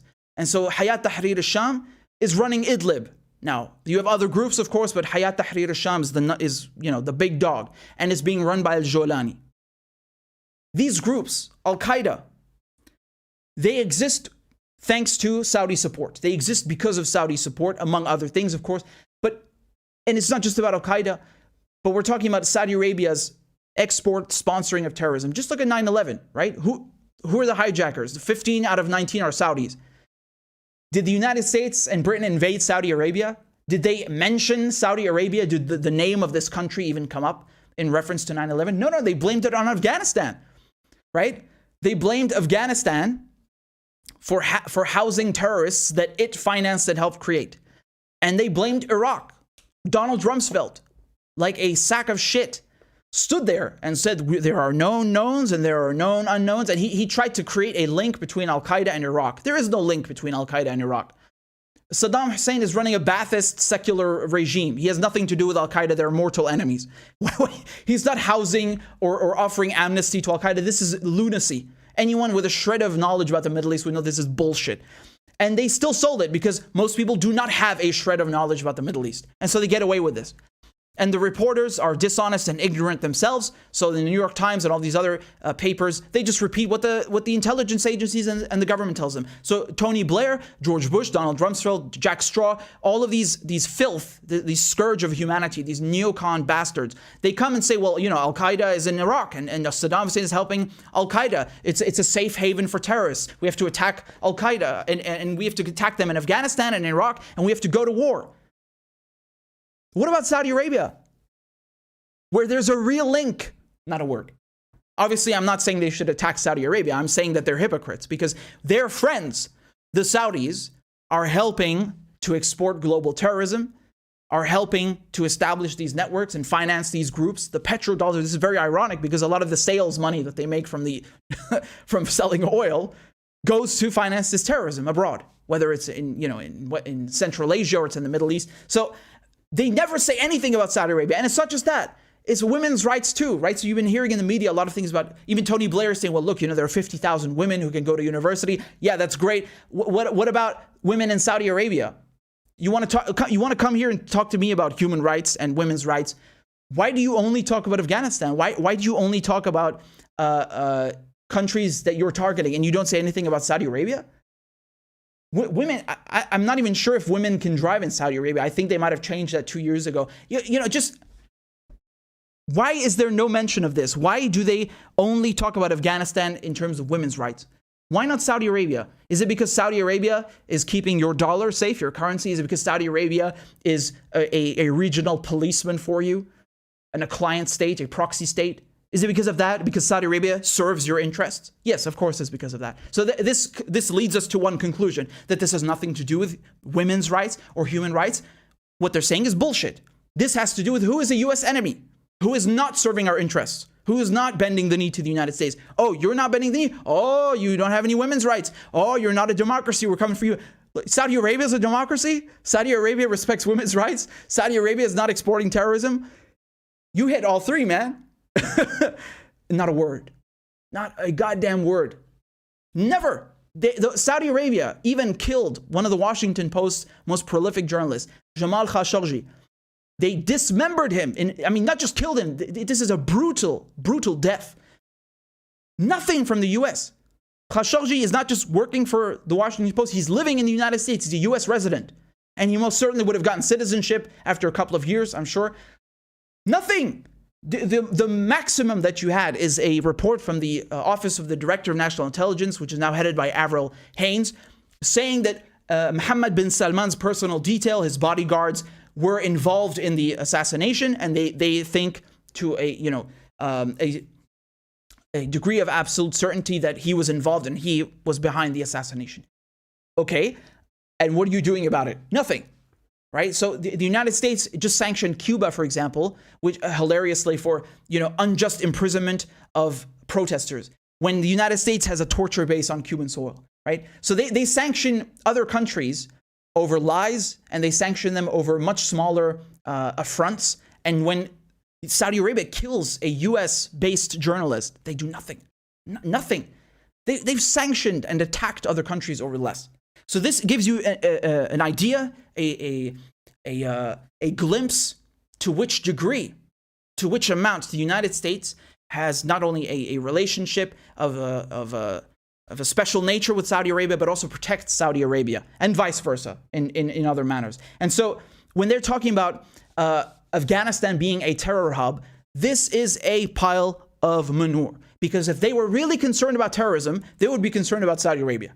If they were really concerned about Al-Qaeda, they would not be supporting Al-Qaeda in Syria. They would not have given money and weapons and training, not just the Americans, the British did this as well, to all these jihadist groups inside Syria. They would not be protecting Hayat Tahrir al-Sham and other elements. So for example, James Jeffrey, who's the special envoy, the US ambassador, when he was talking to PBS, and we watched this documentary together, we looked through it. I did a 45-minute segment on it. You should definitely go watch it. They're trying to rehabilitate the leader of HTS, Jolani. Jolani is an Al-Qaeda commander. And again, we're not saying that, with hyperbole. No, he was a commander in Al-Qaeda in Iraq. And now he's running Al-Qaeda in Syria.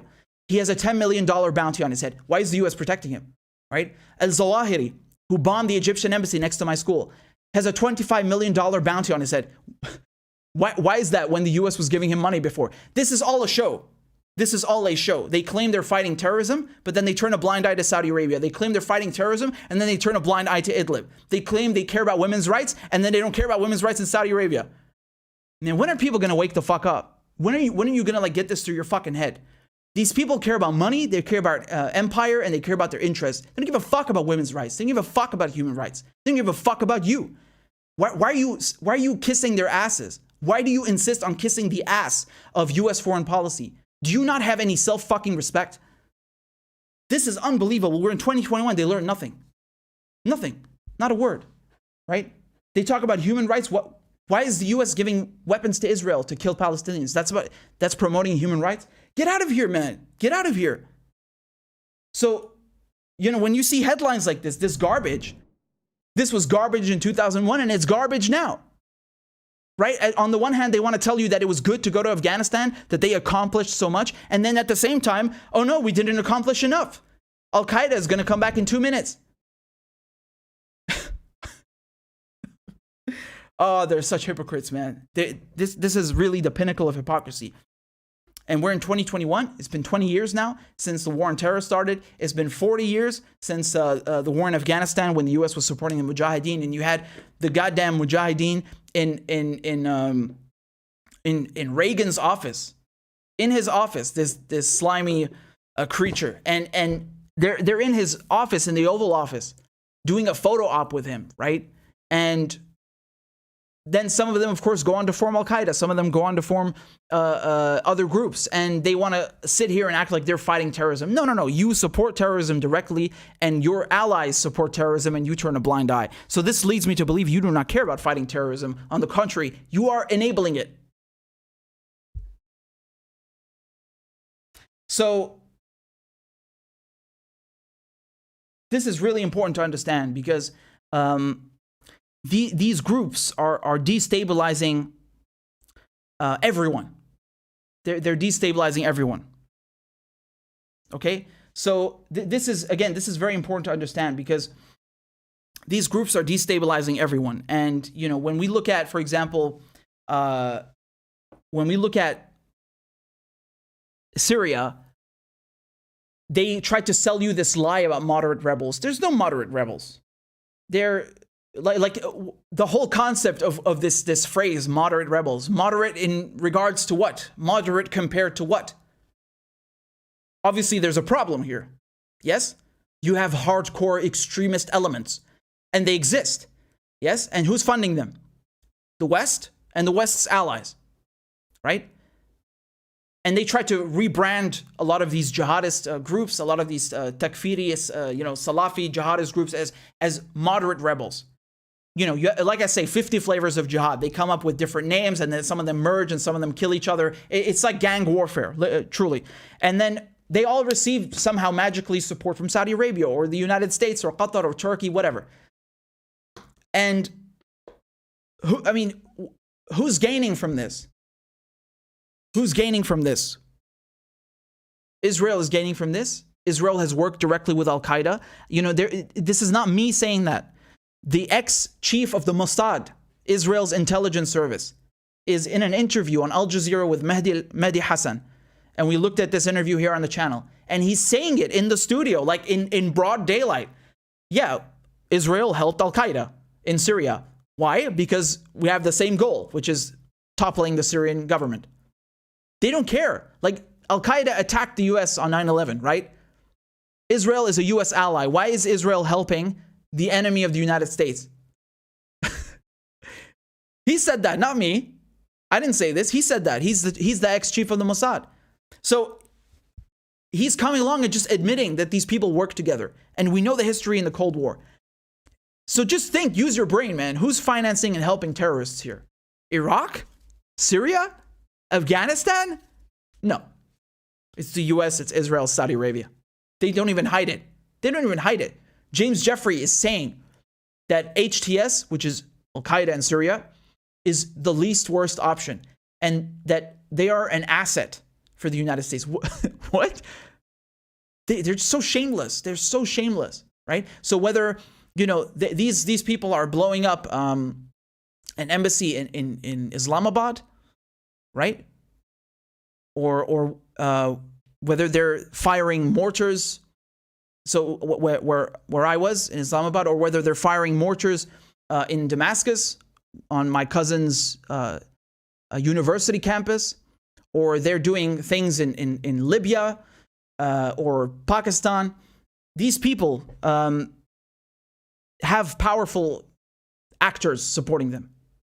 And if you just look at the public statements, never mind the things that they've released, you can see very clearly who's giving them money and who is supporting them and giving them political and political amnesty and logistical support and military support. And it's most certainly not Afghanistan, it's not Syria, it's not Iraq, it's not Iran, it's the US and their allies. And they are shameless about it. And so this is very, very concerning, because if you really care about fighting terrorism, and anyone should be, and truly, not just in name, like as George Bush and Tony Blair pretend they are, or Western countries pretend they are, then you cannot ignore this. And the problem is that people who work at the New York Times, who work at the Washington Post, they ignore this. Yeah, every once in a while you might have an article that actually has some truth in it, but for the most part they ignore this. So instead of looking at what happened in Afghanistan, saying, well, if Al-Qaeda gained strength, we funded Al-Qaeda, meaning we, the United States, right? If it's an American reporter writing that. And if it's British, they would say the same thing. They also had a role in that. And so they're ignoring Saudi Arabia, they're ignoring Syria, they're ignoring all of these other disasters that they've created, and pretending that if they don't go into Afghanistan for another 50,000 years, then, this... I'm so tired of this. I'm really tired of this, man.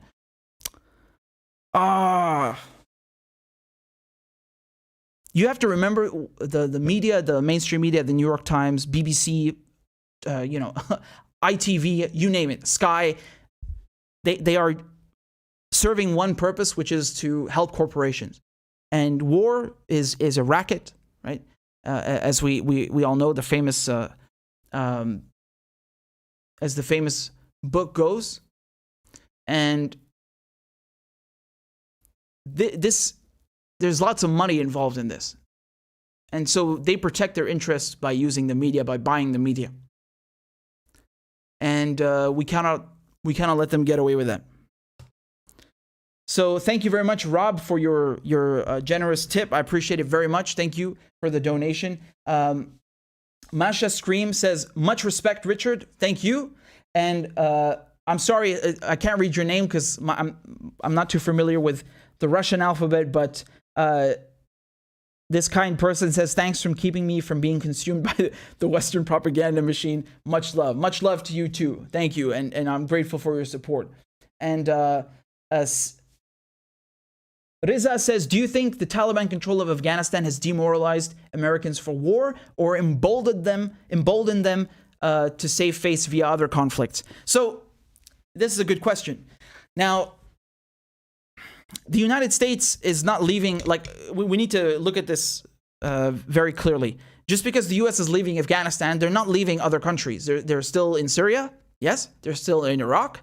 They're still antagonizing Iran with the help of Israel, or for Israel. They still have bases and military attaches and installations in virtually every single country in Africa.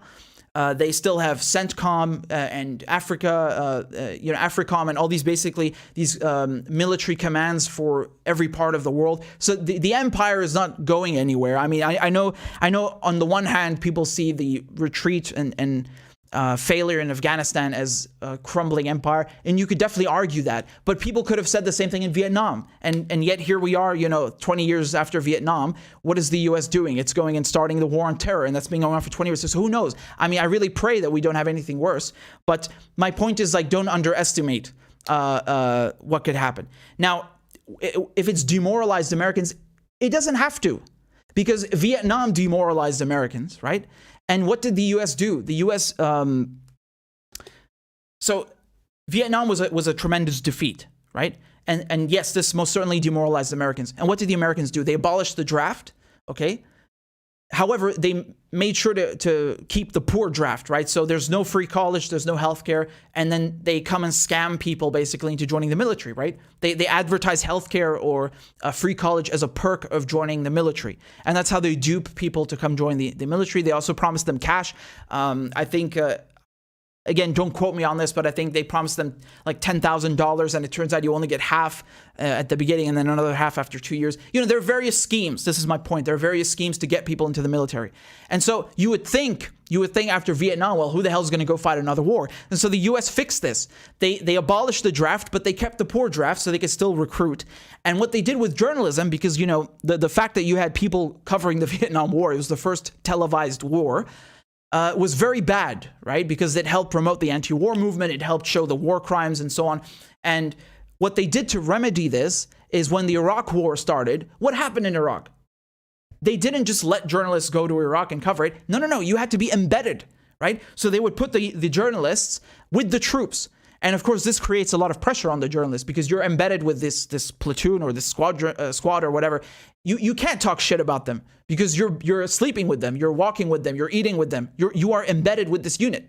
So it becomes very difficult to antagonize and well, not antagonize, just to report the truth, right? And that's not to say that every single unit is committing war crimes, but I mean, thank God there were some journalists who actually reported accurately. But still, my point is that it makes doing journalism very difficult because you are embedded with these troops, and you just look at the coverage in the Iraq War. Before it started, you had CNN, Washington Post, New York Times, BBC, ITV, Sky News. Every single goddamn outlet in the world was banging the war drums and saying, look, there's weapons of mass destruction, there's a link to Al-Qaeda. So even before the war starts, they are not, they're not scrutinizing the government. They're helping them. They're helping them achieve the war. So they do this by amplifying threats. Do you understand? So even if people were demoralized by previous conflicts, they come up with threats to make you forget that and to convince you that the war is justified, right? And as we know, these threats were bullshit. There were no weapons of mass destruction in Iraq. There was no link between Al-Qaeda and Iraq. The Taliban offered to hand over Osama bin Laden to a third country. The US refused, right? Whatever elements of Al-Qaeda existed were funded and created by the United States. They turned a blind eye to Saudi Arabia. These wars were avoidable, completely, utterly avoidable. And the way that they got away with them, and they're still trying to get away with them, is by amplifying the threats. So even right now, they're still saying, look, if we leave Afghanistan, Al-Qaeda is going to come back. Al-Qaeda. So that's how they do it. They fear monger. They bullshit you. And they get even rational, unfortunately, sometimes even rational people to believe this shit. So it's very unfortunate. And it's very rare to find people with a backbone, and, especially in politics. And again, they do the same thing with Syria, right? Like, how are they convincing people to accept a war in Syria? They just make up shit, like the gas attack in Duma, and the other one in Ghouta. Like, there's a gas attack the day that UN inspectors arrive. Like, dude, if the things they're saying are true, like, this would make the Syrian army the dumbest army in history. But it's not fucking true, because no one would do this. No one in the right mind would ever do this. The Syrian army has defeated Al-Qaeda. The Syrian army did not use chemical weapons because the US destroyed their chemical weapons stockpile with Russia and the OPCW in 2013. So either the United States did not do its job and lied about destroying Syria's chemical weapons, or they're fucking incompetent. And they cannot prove these things. We have documents. We have evidence showing that these things did not happen. We have documents and evidence showing that the WMDs were fake. So they always lie. They create these threats. So there's no such thing as being demoralized, unfortunately, right? They will always come up with new threats and new justifications to satisfy any public outcry. And of course, if you open your mouth, then you're a Ba'athist, you're a Saddam supporter, you're a Taliban, you're an Assad, blah blah blah. What a fucking meathead you have to be to say this shit. Honestly, how can you look at what happened in Iraq and still not get it through your thick fucking dumbass skull that these people are liars? They lie to go and start wars. How fucking dumb can you be? You should be fucking ashamed. I mean, you should go and just shut the fuck up and lock yourself in a closet until you get this WMD and this gas attack and this CIA bullshit out of your skull. How embarrassing. How goddamn embarrassing. Honestly. They're so happy to repeat anything that comes out of the State Department or Whitehall. Oh yeah, look, this dictator bad. Dictator bad. Quick, we have to go bomb. Oh, you meatheads. So, yeah, I hope that answers your question. Habib says, I lived most of my life in the USA. Average Americans as bloodthirsty as Pompeo. When there's a new war, they will bring the popcorn. Well, I think part of it is what I just mentioned. It's that they convince people into accepting the wars, right? So they make up a threat, or they create the threat themselves, right? And this provokes emotions. and you know, a kind of a primal reaction instinct. And so people, they believe that what they're doing is right. And then, yeah, unfortunately, you end up with a situation like this. And this is what happens when you have a media that abdicates its duty to the truth, right? And starts kissing Pompeo's ass or Raytheon's ass, or you name it. This is the problem, because the media is supposed to provide the sanity, right? The truth, and say, no, look, they're lying about this. You can't believe this. This is what actually happened. And they don't do that, right? So this is the problem. We have a donation over here from Giovanni. Says, I can't wait for you to be on Crystal, Kyle, and Friends.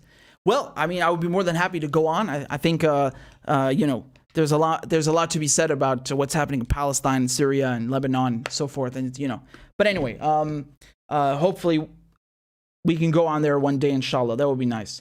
And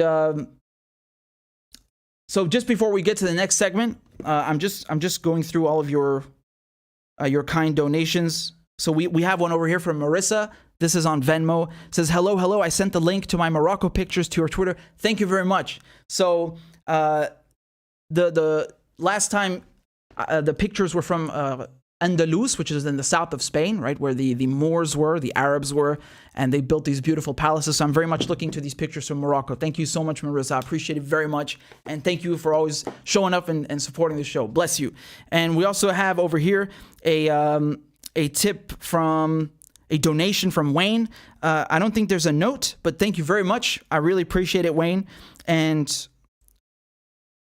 I'm just going through the other ones so I make sure I didn't miss anybody. So if you guys have any comments or just want to support the show, please go ahead and donate if you can. All of the links are below. So there you go. I'm just making sure I can read all of them. On Rockfin, we got some more tips. Thank you very much. This one is from Brian. Brian says, never underestimate the bottomless pit of evil that is the U.S. Well, I think you should give some credit to Britain, El Bor. Yes? You must give some credit. And, yeah, I mean, I think, you know, at least to me, this is clear. But and I don't know if this is clear to everyone. You know, when we say the U.S., we're not talking about every single human being in the United States. We're talking about U.S. corporations. We're talking about the U.S. government, the U.S. intelligence agencies, and the U.S. Industrial complexes, whether we're talking about, you know, the military industrial complex, the military entertainment complex, right? They finance all these war movies and video games, or we're talking about big pharma. So this is what we mean when we say the U.S. We're talking about U.S.-based interests and not necessarily every human being. But and yes, so in that regard, I absolutely agree. We should never underestimate the bottomless pit of evil that emanates from the capitalist center of the world, right? So, absolutely. So I'm just going through your comments over here. Thank you so much for supporting the show. I'm very grateful.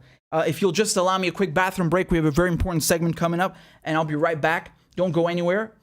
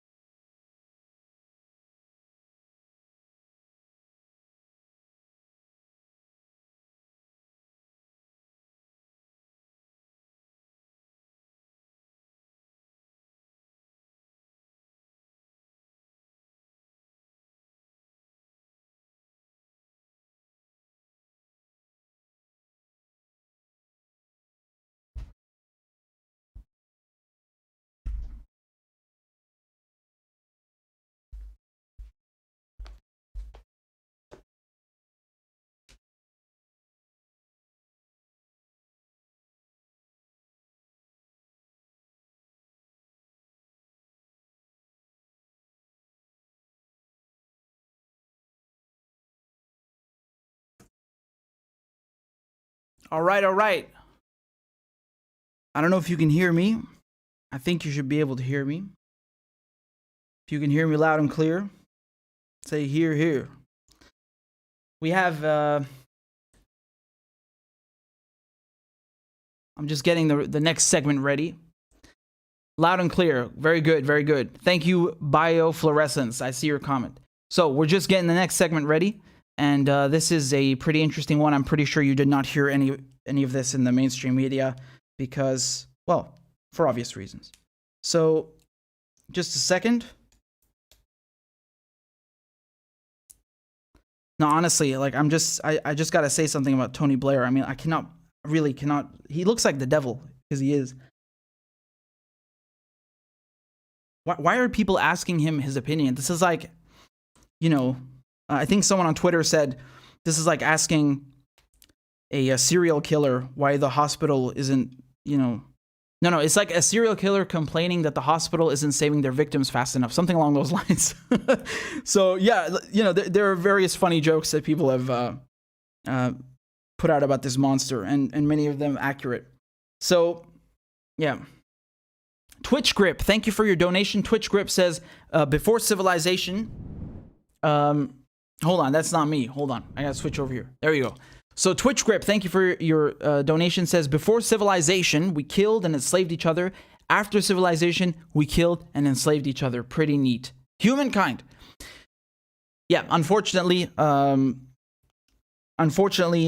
evil people have a lot of power, and so, yeah, they do very terrible things. And you know, speaking of killing and enslaving people, I mean, I think, you know, it's not that long ago that these countries who are talking about human rights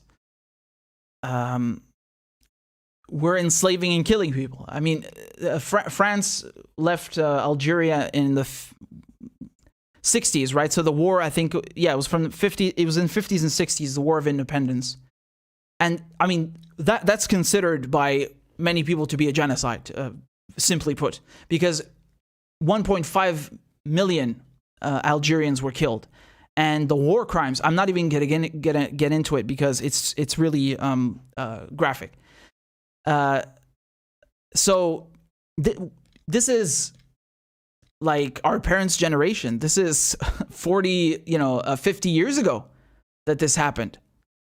Well, okay, no, it's closer to 70, but you understand my point, right? And of course, we had World War II just before that, and the genocide and Holocaust in World War II, and you know, people in America, you know, you had these Jim Crow laws and this racism in the South. I mean, there are people still alive, right, who experienced segregation and all this, and Palestinians who are still alive with the keys to their houses, who had their homes stolen in 1948. So many of these atrocities did not happen that long ago, right? They took place very recently in if you look at human history. So yeah, and it's very ironic looking at, you know, Europeans talk about human rights and try to lecture other countries when they just, you know, carried out 2 world wars and a Cold War. I mean, you know, it's insane, right? It's insane. And the British Empire was at its peak just over 100 years ago, barely 100 years ago. Do I need to explain what the British Empire did? The genocide, slavery, mass starvation, you name it. So, and like I said, the French, not that long ago in Algeria, never mind the other things they did in Africa. So, yeah, there's a lot to be said. When you have actors like that, colonial powers. And, you know, I was, unfortunately, Glenn Ford passed away recently. God rest his soul. And I did an interview with him. He interviewed me for Black Agenda Report, and we spoke afterwards on the phone as well. And you know, I said former colonial powers, And then just before I was about to correct myself, he was like, well, they're not former. And I was like, yeah, exactly. They're not former. They're still exploiting and enslaving. It's just they're doing it through different ways. And now they have the media, mass media, globalized media at their disposal to help them cover up these same kinds of atrocities, right? So now instead of just planting a flag and saying, well, we're here to kill you and steal your shit, they just say, no, we're here to kill you and steal your shit in the name of human rights. So, yeah, the relationship, the dynamic, unfortunately, it's that's why we talk about neo-colonialism, because a lot of the same, relationships exist between France and former countries. Well, again, not former.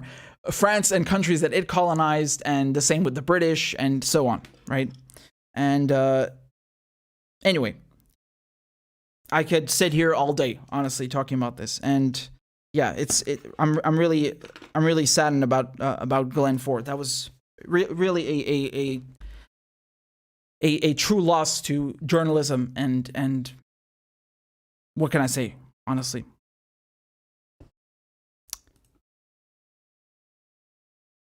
He was really one of the best.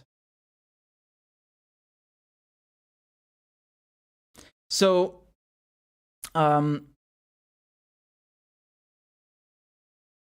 let's go to the next the next segment that I want to talk about. Again, I don't think you heard about this in the news. Okay. So, the other day, Israel was bombing Gaza, and it's important to understand what happened during that day in the lead up to the bombings. Okay, so just to give you the obvious background, in May, Israel bombed Gaza for 11 days. Not the first time, right? They attacked Gaza in 2009, and many times since, and this was a deadly conflict, right? So I think over 240 killed, thousands wounded, and there was a ceasefire that was brokered between Hamas and the Israelis by Egypt, and then the Israelis violated it again a few weeks ago when they bombed Gaza, and they bombed Gaza again. So this is on August 22nd, and let me explain to you what happened in the lead up to this.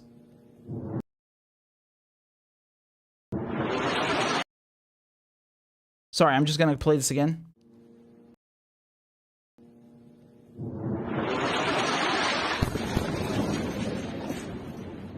So that's just a little bit of footage from what happened. But earlier that same day, so I'm reading to you here from my thread on Twitter. So at the border fence, hundreds of Palestinians in the besieged Gaza Strip were protesting to mark an arson attack against Al-Aqsa Mosque in 1969. They were shot at by Israeli forces, resulting in dozens of wounded.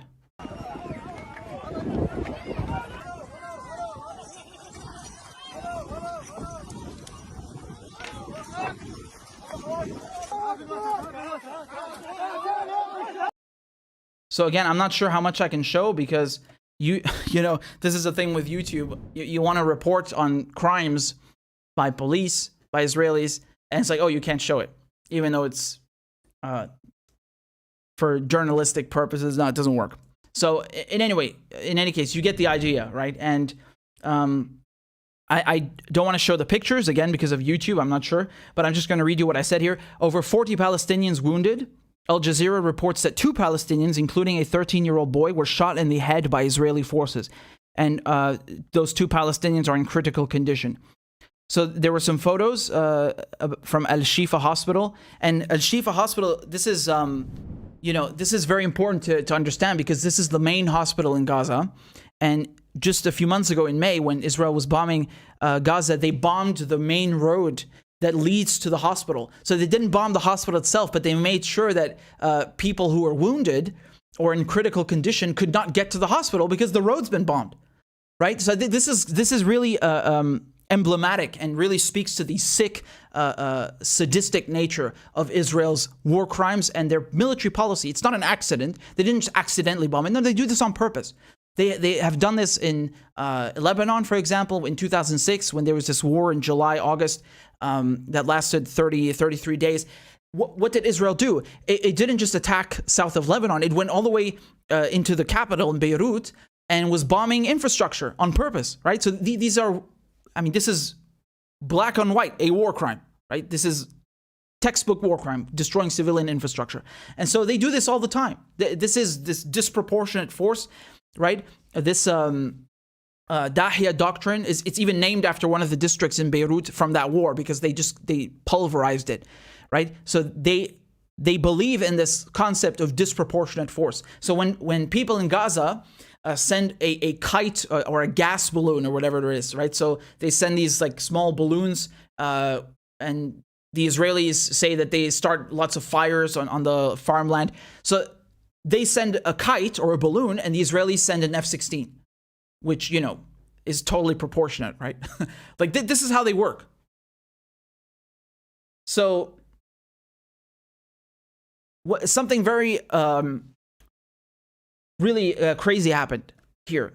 And I'm going to read you the caption before I show you the video. Cell phone video shows Palestinians trying to fight back by throwing rocks and attempting to snatch an Israeli guard's rifle, whose barrel can be seen sticking out the wall right there. See where the mouse is? Someone is seen firing into this hole with a pistol. And Israeli media reporting that one Israeli guard in critical condition. So take a look at this video.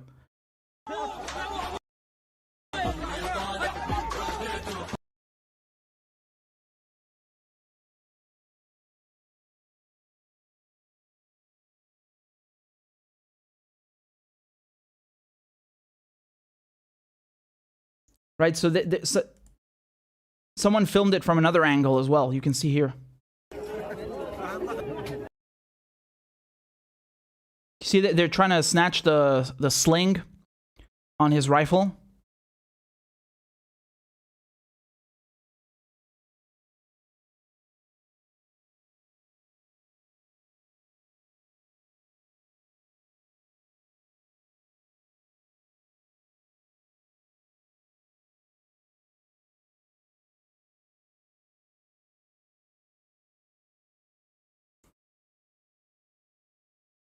So you understand what's happening, right? The Israelis, they are perched inside this tiny hole and shooting the entire time.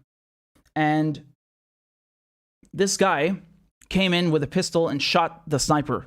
So this Palestinian guy, he shot the Israeli sniper. Now, the Israelis, if you recall in 2018, 2019, Palestinians would come every Friday after the prayers. They would come to the border fence. And again, you know, when we say border fence, like, no, this is not Israel's border. This is Palestine. So anyway, they would come to the border fence, this giant fence that the Israelis have erected, and they would protest. They would just protest for the right to return, because as you know, in 1948, you had the Nakba. You had millions and millions of Palestinians who had their homes stolen from them. So millions of them left Palestine as refugees. They were driven from their homes. For example, my cousin Roni, his grandfather is one of them. He was driven from his home in Palestine and he went to Syria. And Jordan also has a lot of Palestinians who went there. And of course, there were other Palestinians who were displaced internally in Palestine, inside Palestine, who were still there, and they're also refugees. And this is the Nakba, the disaster, the catastrophe. And the Palestinians in 2018, 2019, they're protesting. They just want to go back to their homes. They want to go back to their homes. They even have some of them even have the keys to their homes. Some of them are even still alive from the ones who were kicked out. This happened in 1948. It's not that long ago.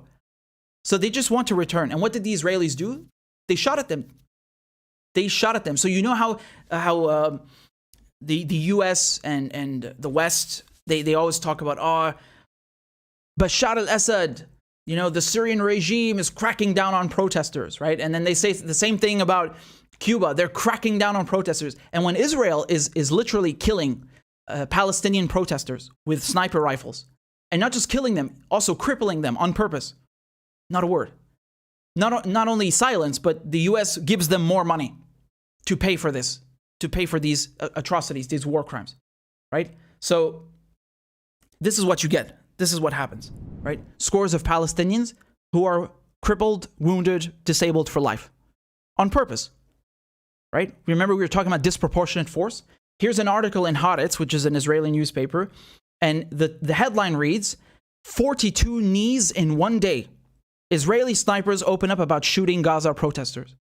Over 200 Palestinians were killed. 200 Palestinians were killed, and nearly 8,000 were injured during almost 2 years of weekly protests at the Israel-Gaza border. 200 Palestinians killed. 8,000 injured. I mean, they killed so many people. One of them,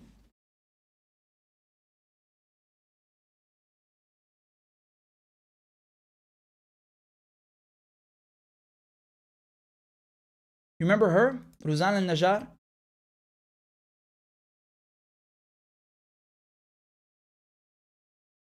Ruzan al-Najjar. She was killed too. She's a medic. They killed her too. They shot her dead. Right? So how old was she? 20. And she's a medic. And she's not the only one, right? They killed so many people who are clearly labeled as medics. You know, the Israelis, they've shelled the UN even multiple times. So, I mean, my parents were in the UN in South Lebanon when it was still occupied by the Israelis. And they've seen them themselves, how this happens, right? You had like an Israeli tank that almost ran over my mother. You had the Israelis shelling UN positions in Lebanon. They've killed UN personnel in Lebanon before. I think this is in 2006.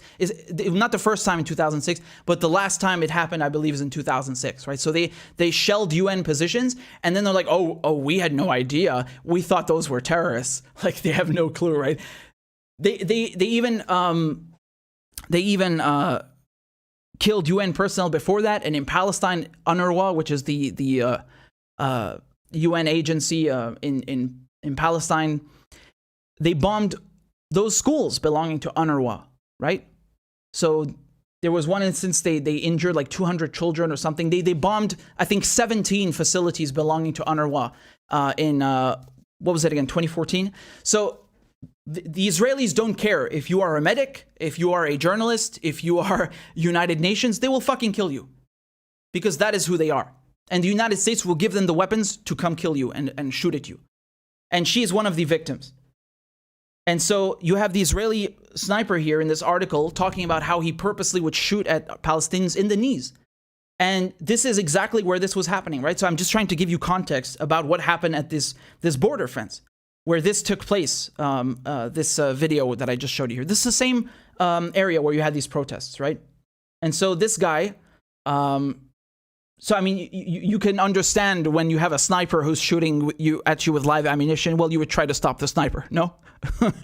I don't see why anyone should tolerate having a sniper shooting at them for just standing in their own land and trying to go to their land. This is a war crime. This is murder. And so, in any case, this is the picture of reportedly this Israeli is injured critically, and Nasrallah gave a speech actually about this, and I'll see if I can forward to the part where he talks about it. Hold on. على مشهد هيك دقيقة بس. مشهد الحيط بغزة الجدار واللي فيه فتحة يعني جدار باطوني عالي وفوق شريط شائك. Yeah, so he's saying there's a very big wall and on the border with Gaza, the border fence, and there's a tiny slit, there's a tiny opening in the wall. And armored rooms, bunkers basically. And there's just a small opening. And, through which the Israelis fire their guns. والشباب الفلسطينيين في ريعان الشباب بيوصلوا على الحيط وهم عزل وبيخططوا انه كيف يسحبوا البندقيه لما بيزت هاي القماش عليه او Yeah, and so the Palestinians, they came there and they're trying to plan how to disarm the Israelis and get rid of the thing with throwing, the sling. As you saw, they're trying to throw something over the rifle. Like there, for example, you see trying to snatch it from him. الحبل عليه ليسحب منه البندقية ولما ما بيقدر And when he منظر couldn't, هذا المسدس الشاب اللي حامل المسدس the photo of the guy holding the pistol, so this picture down here, عم بيقوس على الطلاقة للجند الإسرائيلي. he shot at the Israeli through this tiny slit. هذا المشهد لازم يدخل التاريخ. This photograph, this image should be in the annals of history. This is a historic moment, basically. هذا بيعبر عن ثقافة، بيعبر عن إرادة، بيعبر عن This conveys or shows, culture and, strong will or willpower, عن إرادة، بيعبر عن روح، soul, spirit, بيعبر عن أمل، hope, بيعبر عن أفق في هذه المعركة. right? And looking forward. القوة. الشباب العزل بيروحوا لوين؟ على الخط الأمامي. ومين المختبئ؟ خلف الحائط. Right, so he's saying the brave Palestinians, they go right up to the fence, and who's the one hiding? It's the Israeli. والشريط الشائك والغرف المحصنة. Who's the one hiding in the, behind the barbed wire? Who's the one hiding in the concrete fortified rooms, in the bunkers, basically? Who's hiding behind the wall? والجبال من الرمال. مين المختبئ؟ And the sandbags. الجند الإسرائيلي المدجج بالسلاح. There you go. Yeah. So, like I said, like he said, the Palestinians, they go right up to the border fence like that. And meanwhile, the Israelis hiding behind the sandbags and the fortified walls, bunkers, the giant border fence, and shooting at them. And he's the one hiding. And the Palestinians, they have courage, they have strength, they have willpower, right? So it's true. I mean, who's the one hiding? I mean, you don't really need to be a rocket scientist to figure it out. Just look at the image. It speaks for itself, honestly. And the fact that I'm sure you did not hear about any of this in the news. This is barely reported on. And these are war crimes. You have a occupier who's shooting at civilians. These are civilians. And of course, I've seen people actually online talking about the idea of self-defense, because under the not just the UN Charter, but under international law in general, if you have a foreign power who's occupying your country, you have the right to defend yourself by any means necessary. So that's just basic international law. And by definition, the UN agrees that, the Israelis are illegally occupying Syria. They're illegally occupying Palestine. And I mean, what can I say? This is what it's not me saying that. That's international law. So I mean, if you have a problem with that, you should go take it up with them. But after this happened, what did the Israelis do? They bombed Gaza, of course, right? So here we go again with disproportionate force. So they want to teach the Palestinians a lesson, right? Oh, you send a balloon, we're going to send F-16s. Oh, you're trying to stop us from sniping you? Because, like we said, 40 people were injured that day. You had 2 people critically injured, 1 shot in the head. Oh, you're trying to defend yourself? We're going to bomb you. Come on, man. Look, let's be reasonable, rational here. This is not fair. This is not okay. This is a war crime. These are war crimes. This is an illegal occupation. They have no right to be in Gaza. They have no right to put up this wall. They have no right to shoot at civilians, at protesters, like they did in 2018, like they did in 2019. And this, what Palestinians were doing on August 22nd, just a few days ago, this is the biggest, look, it's not even me saying that. Look down here. Times of Israel, what did they say?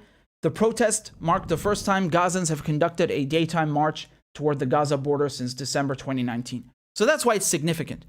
That's why it's significant, right? And as I said underneath, many Palestinians were killed and injured during the right to return marches in 2018, 2019, prompting the International Criminal Court to consider an investigation into war crimes by Israel. And we covered that, of course, right? So the ICC said it will extend jurisdiction to Palestine, and therefore it will investigate war crimes, not just by Israel, but even by the PA and Hamas, and which is, of course, not what Netanyahu and the Israelis would have you believe. They say, oh, Israel's being unfairly targeted.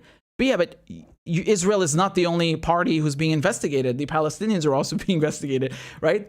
It's a fair investigation, but they don't tell you that because they want to play the victim, even though they have American weaponry, billions in military aid. They have the upper hand in territorial control, military support, political support, and they want to play the victim. Because, you know, if people found out that they're the ones who are committing these atrocities and they're the occupiers, that wouldn't work. So, you know, this is really emblematic of how the Israelis operate. They have this mantra of disproportionate force, this Dahya doctrine, and that, you know, if you try one little thing and you try to defend yourself, we're going to shit on you, we're going to come bomb you, and we're going to kill you and shoot at you.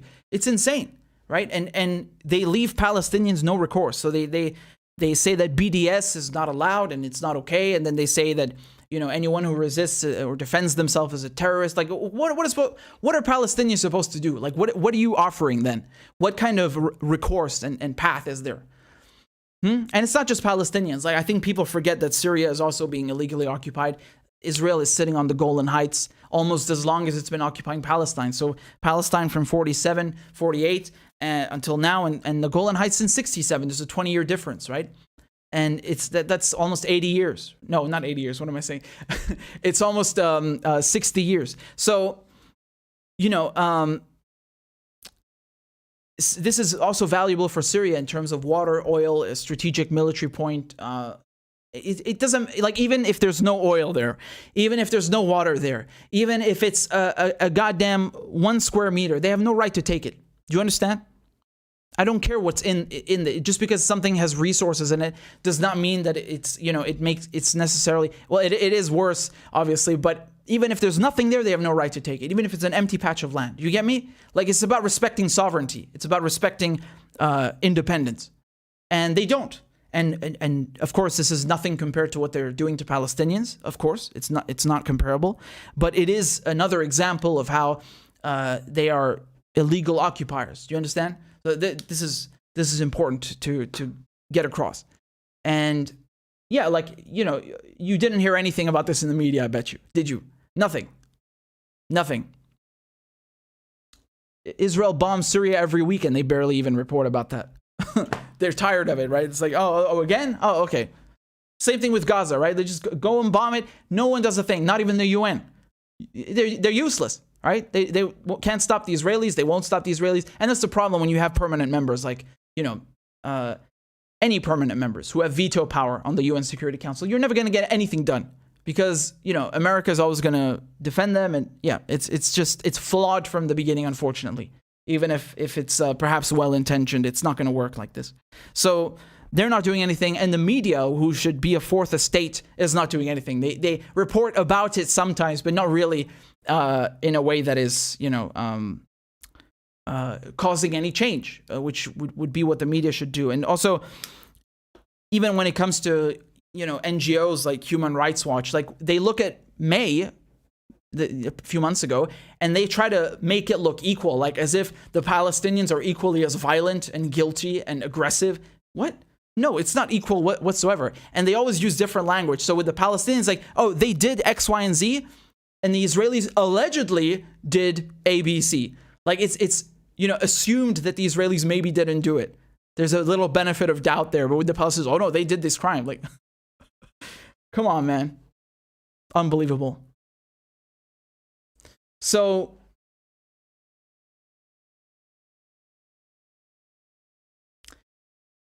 if you guys have not hit the like button yet, please make sure that you hit the like button. I want to cover one more thing with you. And before I get to the next segment, while I'm pulling everything up, if you would like to support independent media, anti-imperialist media, you know this is the spot to get your foreign policy and international affairs fix. You're not going to get it anywhere else, man. You know this. So thank you for supporting the show. It's because of you that we're able to grow. And like I said, we got some huge changes that I want to do soon, and some real upgrades that I want to surprise you with. So this will all help with that, and I'm very grateful. Thank you so much. You can donate on Venmo or CashApp, PayPal, and there's also Patreon if you want to support monthly. and that would be really helpful. Patreon is whatever you like. So in any case, it would be nice if we got someone on Patreon, because then I can play a crab dance. I believe we have not had a single crab dance yet. Scandalous.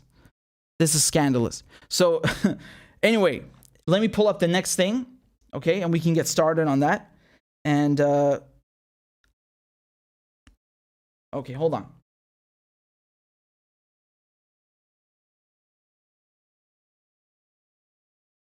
Not seriously, like, man, the UN, like, even they get bombed by the Israelis. Like, the Israelis don't give a shit. It's unbelievable, right? They just, they will shit on anyone. It's crazy, right? It's absolutely crazy. And they never apologize. They're just like, no, we didn't do that. You're a liar. What? It's insane. So I'll read your comments in a second, just while I'm preparing the next segment, if you'll allow me. Yeah. And okay, so here's one, and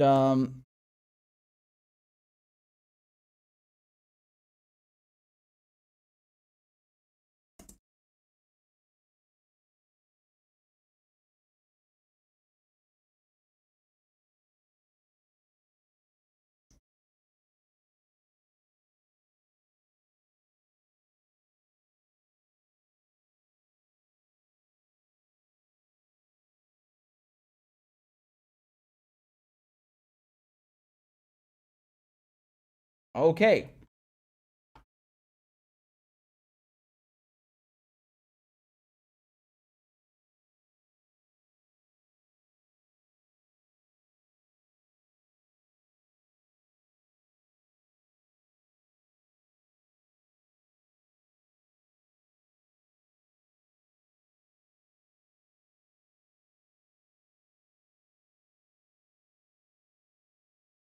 Okay, we're ready.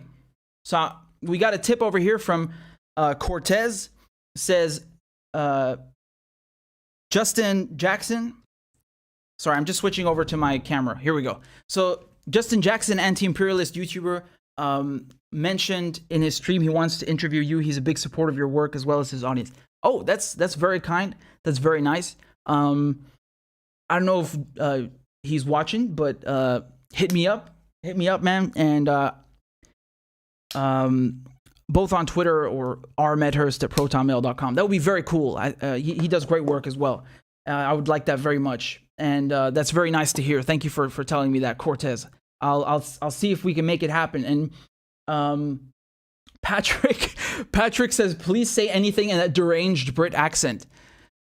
Are you talking about the Queen's English, boy? Yes.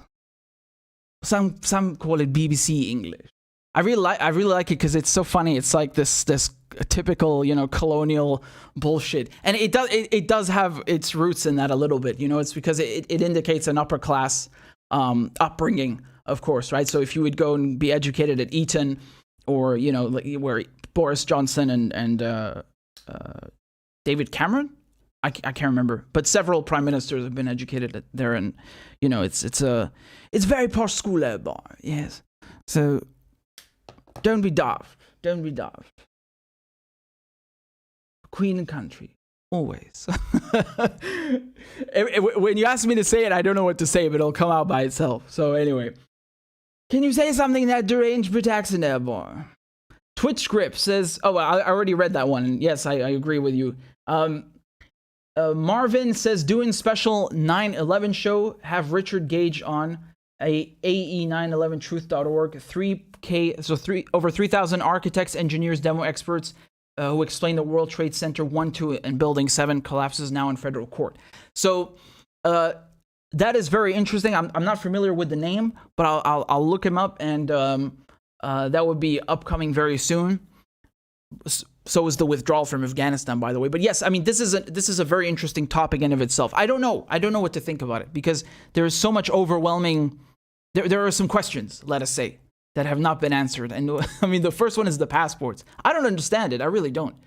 And I mean, one of you brought that up, and there are other questions. So I don't know what to believe. I really don't know what to believe. One thing that I will say, and I don't think anyone can dispute this. Anyone who knows their history, at least.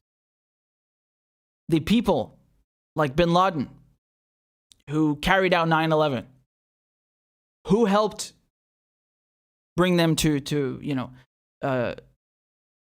give them, who helped them gain this foothold and become big and organize these things? Who gave the Mujahideen money and training? Was it not the CIA? Was it not the United States? Was it not the West? So if they are responsible for this terrorist attack, who gave them the resources to get to that point? It's the US. And even Hillary Clinton admits this. Did I not play the video of Hillary Clinton? And even not a broken clock, a corrupt clock is right twice a day. So even Hillary Clinton says, we gave money to these people and now we're fighting them 20 years later. She's talking about Al-Qaeda. Yeah. And this is an open secret in Washington. We all know. We all know who financed the Mujahideen. So, they create these problems and then they claim that they can only solve them through bombs and wars. Look, either you are completely in on this or you are completely reckless. You can't be doing this, going around giving money to nut job terrorists. And no. Because if this is what we end up with, you get what I'm saying? So even if you want to give them the complete benefit of the doubt, just look at where the money came from, look at where the financing came from. This will answer all of your questions. Right? And from what I remember, again, I might be a bit rusty on this, but I remember there were numerous intelligence agencies, even the Israelis, but let's just say allied intelligence agencies, allied to the US, who were warning the US that something was going to happen. And they didn't take heed of this warning. So this is, again, a big question. Like, what, are they incompetent? Are they irresponsible? What's going on here? Right? But I think the most glaring, obvious problem is that bin Laden, his mentor Zawahiri, all of these people who carried out these acts of terrorism, not just in the U.S., other countries too, right? They bombed numerous embassies in Africa. They bombed, like I said, the Egyptian embassy next to my school in Pakistan, in Islamabad. And these are people who were trained, who were groomed, who were brought up, who were, given money, logistical support, contacts, intelligence from the United States of America, from the Central Intelligence Agency. So you can't give these terrorists money and they'll be like, oh no, why are they attacking us? It's because of you, motherfucker. And then they go and make it worse. But they don't care, because I know they don't care about this, because when you look at the situation in Syria, they know that Al-Qaeda is in power in Idlib. They know that these groups are Salafi jihadists, and they were giving them money. They don't care. They're repeating the same mistakes, quote unquote. So, what am I supposed to say, man? That's the real crime. You understand? Like that they are financing global terrorism. They're turning a blind eye to their allies financing global terrorism. That's the thing. Twitch says, do you think the way different groups of people treat each other is more genetic or environmental? One of the great philosophical questions of all time. I think it's a mix of both. I think man, human beings, they always have a little bit of primal urges, instincts, elements inside of them. And perhaps in the wrong environment, those things can be activated or triggered and or developed. And so this is a mix of both. Again, I'm not a doctor. I'm not a philosopher. I'm not a philosopher either, although we had philosophy in school. But I think it's a bit of both. But who knows? Maybe the science on that changes. I don't know. That's just my thoughts, man.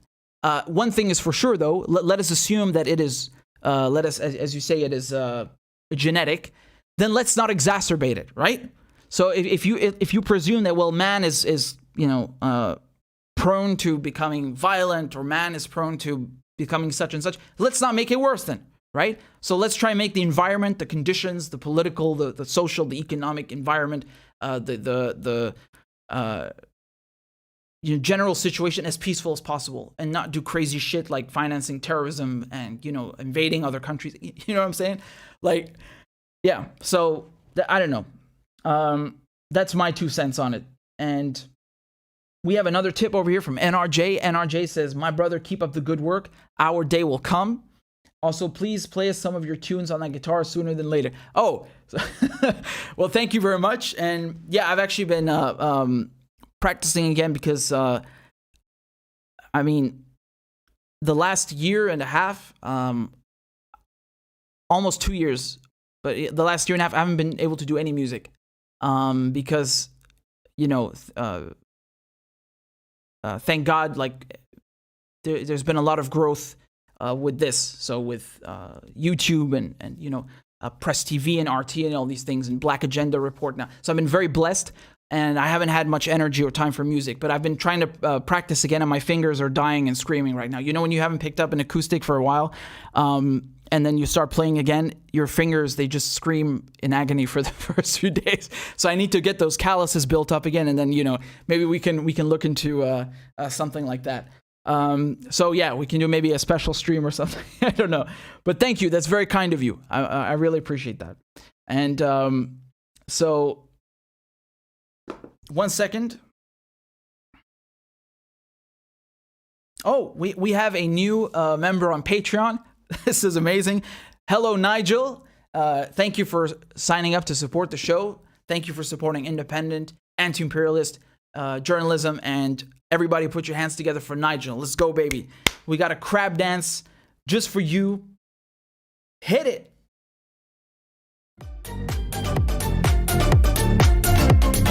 Clap for that, you stupid bastard. And Corn Pop was a bad dude. And he ran a bunch of bad boys. Listen, fuckhead, you have fucking crossed the line. Claiming I'm the enemy. You got that, you goddamn son of a bitch? I don't give a fuck what you think, bitch. Good morning. Sunday morning. Cut that bitch off. Thank you for Iron Dome, which is a technical marvel. والله انتوا كلاب بصراحة يعني. ماشي نشتغل عادي. We lied, we cheated, we stole. Why you texting? Why? You're getting nervous, man. Calm down. It's okay. Okay. Suck my dick and choke on it. I yield my time. Fuck you.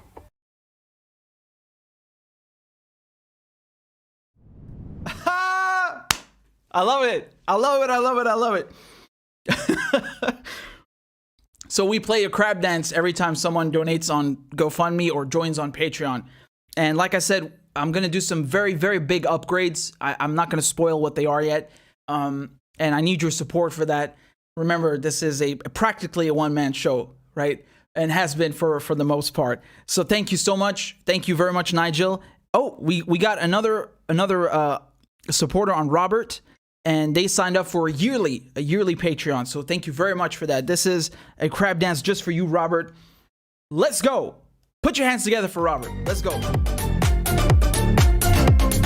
Clap for that, you stupid bastard. And Corn Pop was a bad dude. And he ran a bunch of bad boys. Listen, fuckhead, you have fucking crossed the line.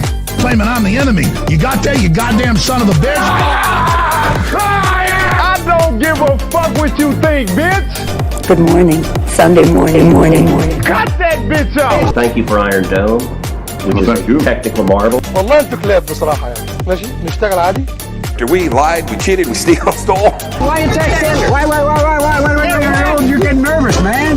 Calm down. It's okay. Okay. Suck my dick and choke on it. I yield my time. Fuck you.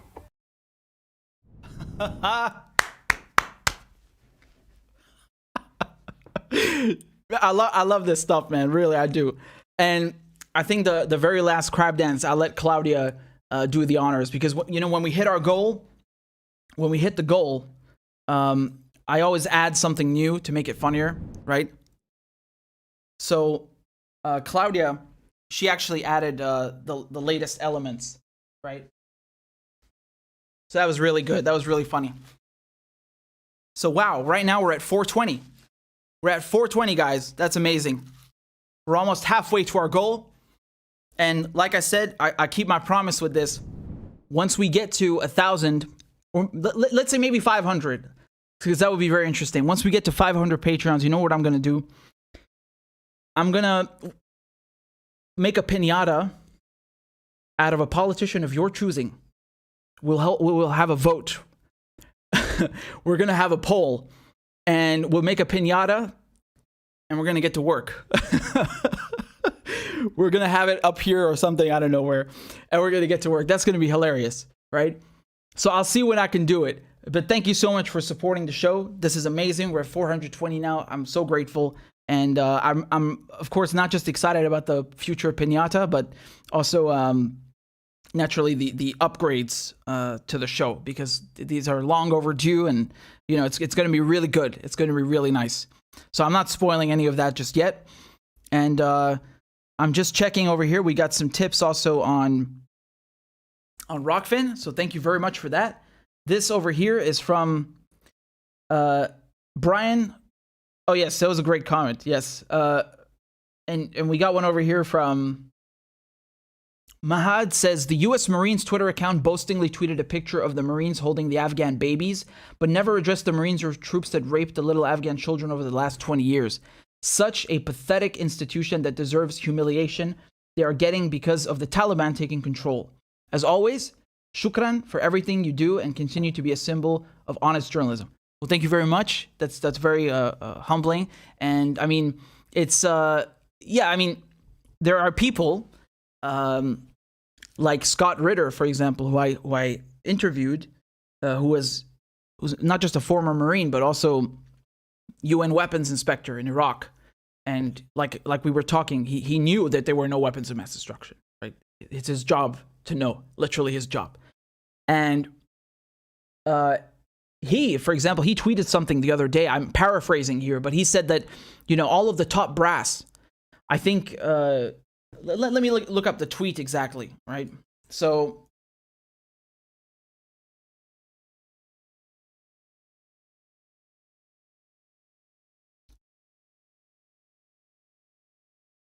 yeah, because this kind of speaks to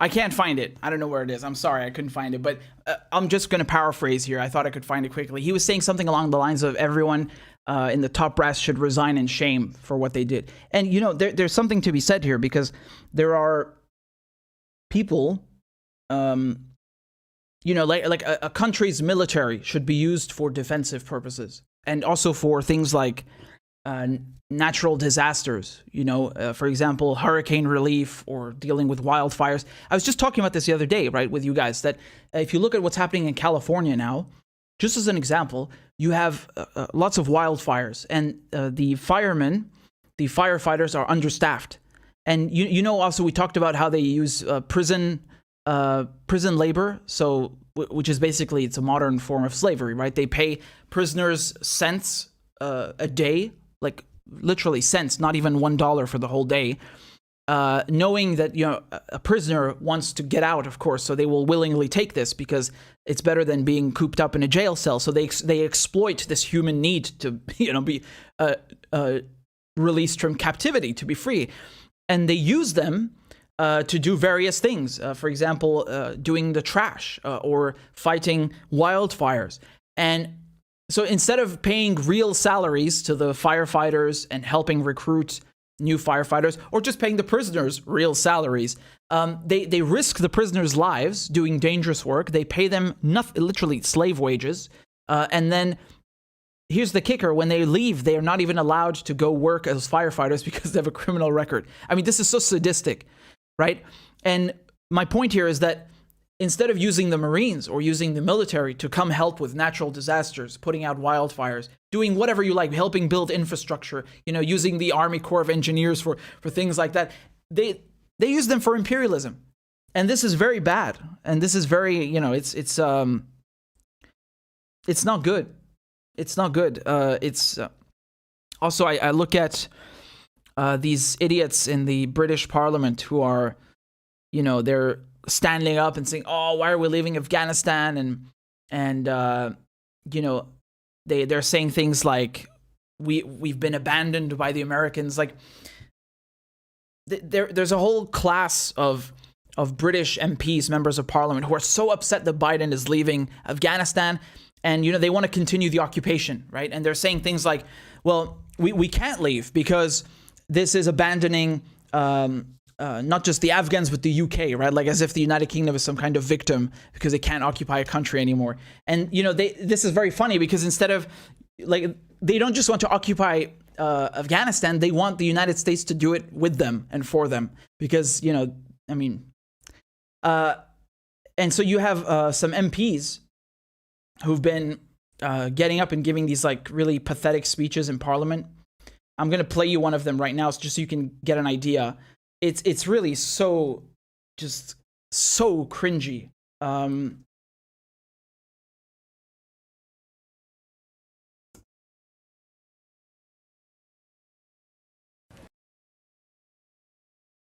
Okay, so here you go. Like many veterans, this last week has been one that has seen me struggle through anger and grief and rage, the feeling abandonment of not just a country, but the sacrifice that my friends made. I've been to funerals from Poole to Dunblane. I've watched good men go into the earth, taking with them a part of me and a part of all of us. And this week has torn open some of those wounds, left them raw, left us all hurting. And I know it's not just soldiers. I know aid workers and diplomats who feel the same. I know journalists who've been the witnesses to our country in its heroic effort to save people from the most horrific fates. I know that we've all been struggling. And if this recall has done one thing, let me tell you now, Mr. Speaker, it's achieved one thing already. I've spoken to the Health Secretary, who's already made a commitment to do more for veterans' mental health. Yeah. I was never prouder than when I was decorated by the 82nd Airborne after the capture of Musakala. It was a huge privilege to be recognised by such an extraordinary unit in combat. To see their Commander-in-Chief call into question the courage of men I fought with, to claim that they ran. It's shameful. Those who have never fought for the colours they fly should be careful about criticising those who have. Yeah. Because what we've done in these last few days is we've demonstrated that it's not armies that win wars. Armies can get tactical victories and operational victories that can hold a line. They can just about make room for peace, make room for people like us to talk, to compromise, to listen. It's nations that make war. Nations endure. It's so cringy. Nations mobilize and muster. Shut the... Nations determine and have patience. And here we've demonstrated, sadly, that we, the West, the United Kingdom, does not. Now, this is a harsh lesson for all of us. And if we're not careful, it could be a very, very difficult lesson for our allies. But it doesn't need to be. We can set out a vision, clearly articulated, for reinvigorating our European NATO partners. Okay, I'm gonna stop this because I can't take anymore. And I don't think there's anything that can quite encapsulate my feelings as adequately as this tweet by Glenn Greenwald. What does Glenn say here? Take a look. He says, "Nothing surpasses the drama queen heights of British MPs standing up in Parliament to give melodramatic speeches about the glories and honors of war. And the more the UK shrinks in relevance and power, the more pathetic these pompous speeches become. That is just it's so true. It's just how cringy. Honestly, how cringy. Like this fucking man-child is just standing there glorifying war. Like he thinks that he occupied some country, some kind of like benevolent, noble effort. Go and fuck yourself, you imperialist swine. You piece of shit. Dude, my great-grandfather and my grandfather fought in World War I, World War II, and they fucking hated war, and they never talked about it. So the fact that this guy is coming here and glorifying it, I mean, just look at the disparity, right? Like he's not only arguing for that like as a politician, but also like as a veteran, right? Like he's so proud of this noble effort of occupying someone else's land for 20 years and then nothing to show for it except war crimes, right? He's talking about shame. You know what's shameful is British SAS executing unarmed Afghan men and then planting radios and weapons on their bodies to frame them as terrorists. That's fucking shameful. That is shame. You want to talk about the colors that they fly? That's shameful. That's a stain on Britain's flag, and there are many stains. And that's a stain on the uniform. But you're not talking about that. He's not concerned about the war crimes that are legitimately dishonorable, by like in the very meaning of the word. They bring dishonor and shame. He doesn't talk about that. No. The shame is the withdrawal. What an imperialist piece of shit. You are a disgrace. He thinks that invading other people is noble? What is he even talking about, right? And then this is just 3 minutes and it's already unbearable. He goes on for a bit longer and he's talking about also like, again, the sight of someone wounded being brought to him and like he's talking about some casualty, an event that he witnessed. Yeah, and what about the people that were killed by NATO strikes, by drone strikes, who were maimed? You don't talk about them. That's weird, right? We just went through, the headlines, the stories that I showed you of the war crimes. This is a fraction. This is just what we know. During a 5-month period in the war in Afghanistan, there was a certain 5-month period where 90% of drone strikes were 90% of the casualties of kills in the drone strikes were not even the intended targets. You think that's honorable? You think British special forces killing unarmed men is honorable? No one's been prosecuted for that. So my point is that these people who are trying to warmonger and promote imperialism and occupation under the guise of humanitarian endeavors and who think that they are nation building, they not only have nothing to show for what they're claiming they did, right? They say, oh, we did X, Y, and Z and it was so good and it was, stopping this would be shameful. You got nothing to show for it. So even your bullshit narrative is just, it's in your head. It's not in reality. You don't have anything to show for it. You're full of it. And not to mention that you have to be so morally bankrupt to know everything that we know. We have the Afghan war logs, war diary that was published by WikiLeaks. We have the U.S. drone program exposed by Daniel Hale. There are so many things. The whole SAS war crimes, the British and Australian SAS video published by Four Corners. The BBC and Sunday Times did an investigation. Panorama also did an investigation. This is a fraction, and it's already so offensive. And when they talk about shame and they talk about the negative effect of withdrawal, they never seem to talk about the war crimes that they committed there. They talk about the invasion as if they did nothing but good. This is lunacy. No, the overwhelming majority of what you did is wrong. And I want to remind people of something, because I think people they've got into this mindset. They think that if you have a noble cause, that it makes it okay. And that if you succeed in that, it makes it even more okay. So like, for example, if, the NATO forces had completely defeated the Taliban and completely gotten rid of Al-Qaeda, that this makes it okay that they invaded Iraq or they invaded Afghanistan or wherever else the war on terror took them. No, it doesn't make it okay, because you have no right to invade that country in the first place. I don't care if you're going to give them all, suitcases full of gold and money. You have no right to go and invade their fucking country, because there are things like sovereignty. Do you understand?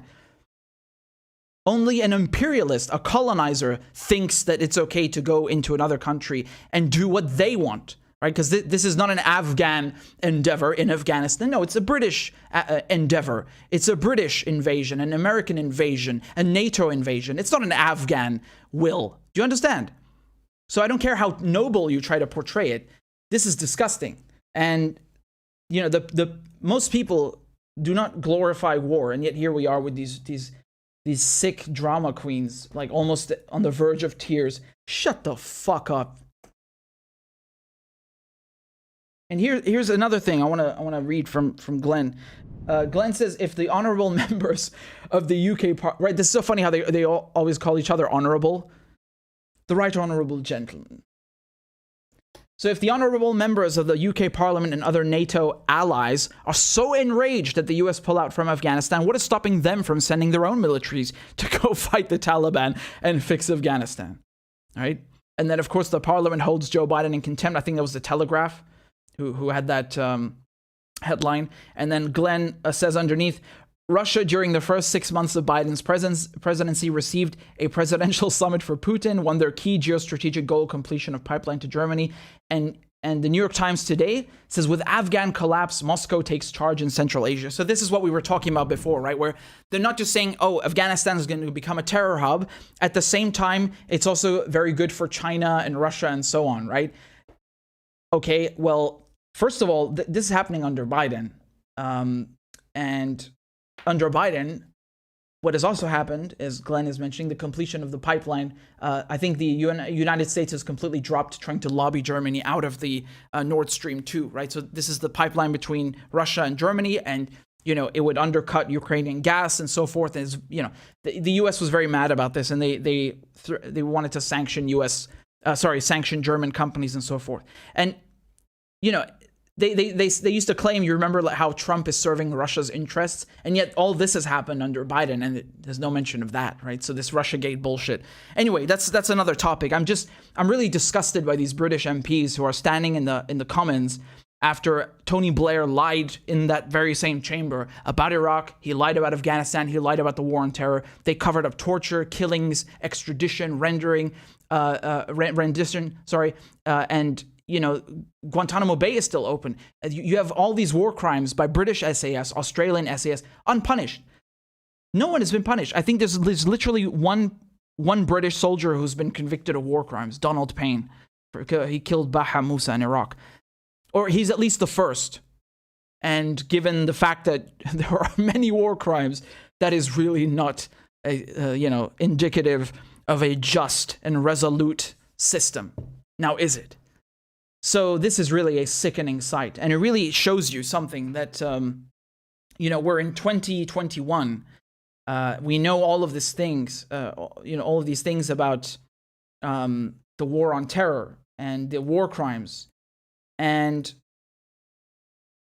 you can see once again how war is the unifying, imperialism and war are the unifying factors, right? So, this Tom Dugan he's a Tory. Tony Blair, a Labour PM, started the war. There was consensus back then. There's consensus now. And so you can see how when it comes to imperialism, it comes to war, there's always bipartisan consensus. Whether we're talking about Democrats and Republicans or Tories and Labour, they always find some magical way to unite on these issues, right? How weird. How weird. It's almost as if they're serving a common interest, right? It's almost as if they have a purpose as politicians to listen to corporations and people who make money from war. How weird. How odd. What a coincidence, right? What an extraordinary coincidence. What a crazy phenomenon. And yet people can't seem to wake up to that. Really amazing. So,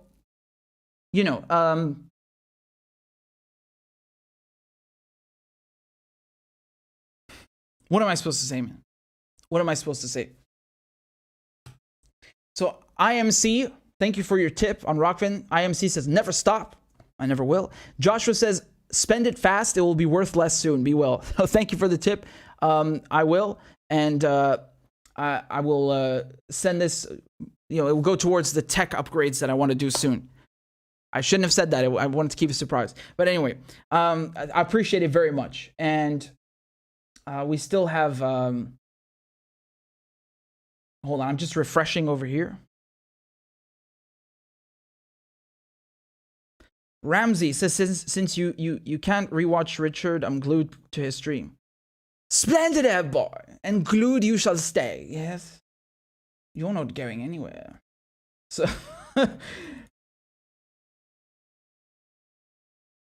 really, they're just and you can even hear you can even hear the Eton schoolboy like coming out of them, like, we can't leave Afghanistan and our noble humanitarian endeavors, occupying, plundering, pillaging, subjugating the natives and the locals.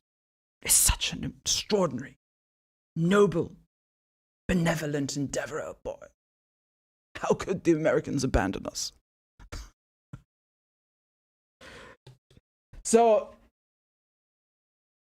speaking of the Americans, I'm clearing my throat. That means you know some bullshit is coming.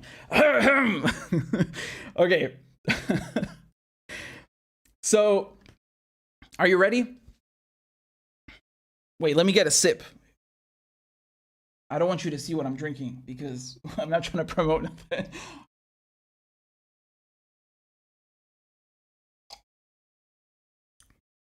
Yummy. Okay. So, in unsurprising news, the United States has slapped yet more sanctions on Cuba, right? Because obviously a 60+ year embargo is not enough, right? When someone doesn't do what they're told to, when they don't bend the knee to Uncle Sam, you have to keep slapping them and making their population suffer for centuries. So, let me read you this announcement from Secretary of State Skinny Pompeo, aka Blinken. He says, we are imposing further sanctions on senior Cuban officials and the head of Cuba's prison system, where protesters unjustly imprisoned face abuse and abysmal conditions. We will continue to promote accountability for the Cuban regime's violence and violations of human rights. Now, I find this fascinating. This is absolutely fascinating. I'm so happy to hear this commitment from Skinny Pompeo and the United States to human rights, especially on Cuban soil, right? It's very invigorating to hear that they care about unjust imprisonment and abysmal conditions, especially when the United States runs a torture camp on Cuban soil, of all places. What a coincidence, right? Right? Just the world's most famous prison, Guantanamo Bay. So basically, this is where the United States sends men that it has kidnapped around the world, or its allies have kidnapped these men for them, right? So this is also something revealed by WikiLeaks, how, for example, in Macedonia, you would have, just as an example, Khaled al-Masri, I don't believe he was in Guantanamo, but the process is the same. He is a German citizen, and he was in Macedonia. The Macedonian police kidnapped him, and they gave him over to the CIA. And then the CIA took him in a plane. They put things on his ears so he can't hear anything. They blinded him with bag over his head. So remove all senses, and then they tortured him. They sexually abused him, and turns out, he was the wrong guy. Which again is kind of like a weird thing to say, like as if it was the right guy that they can still torture someone.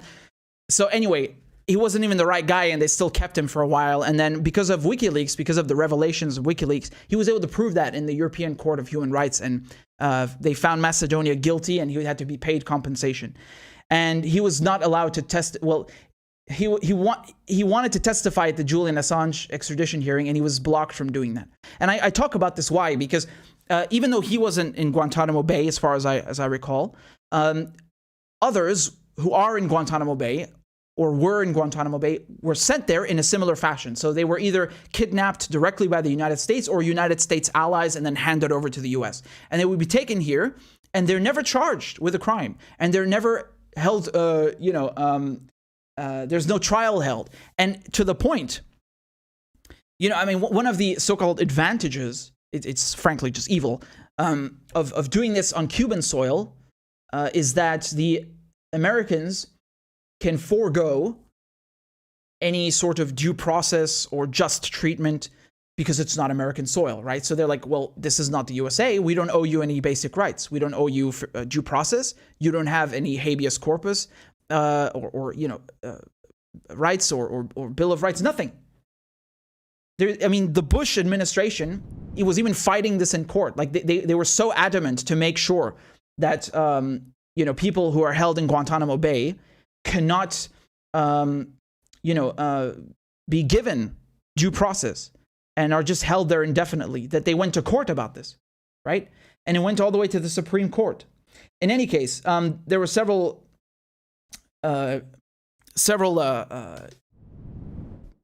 cases about this, and it just shows you the degree to which they were like, no, we want to make sure these people suffer.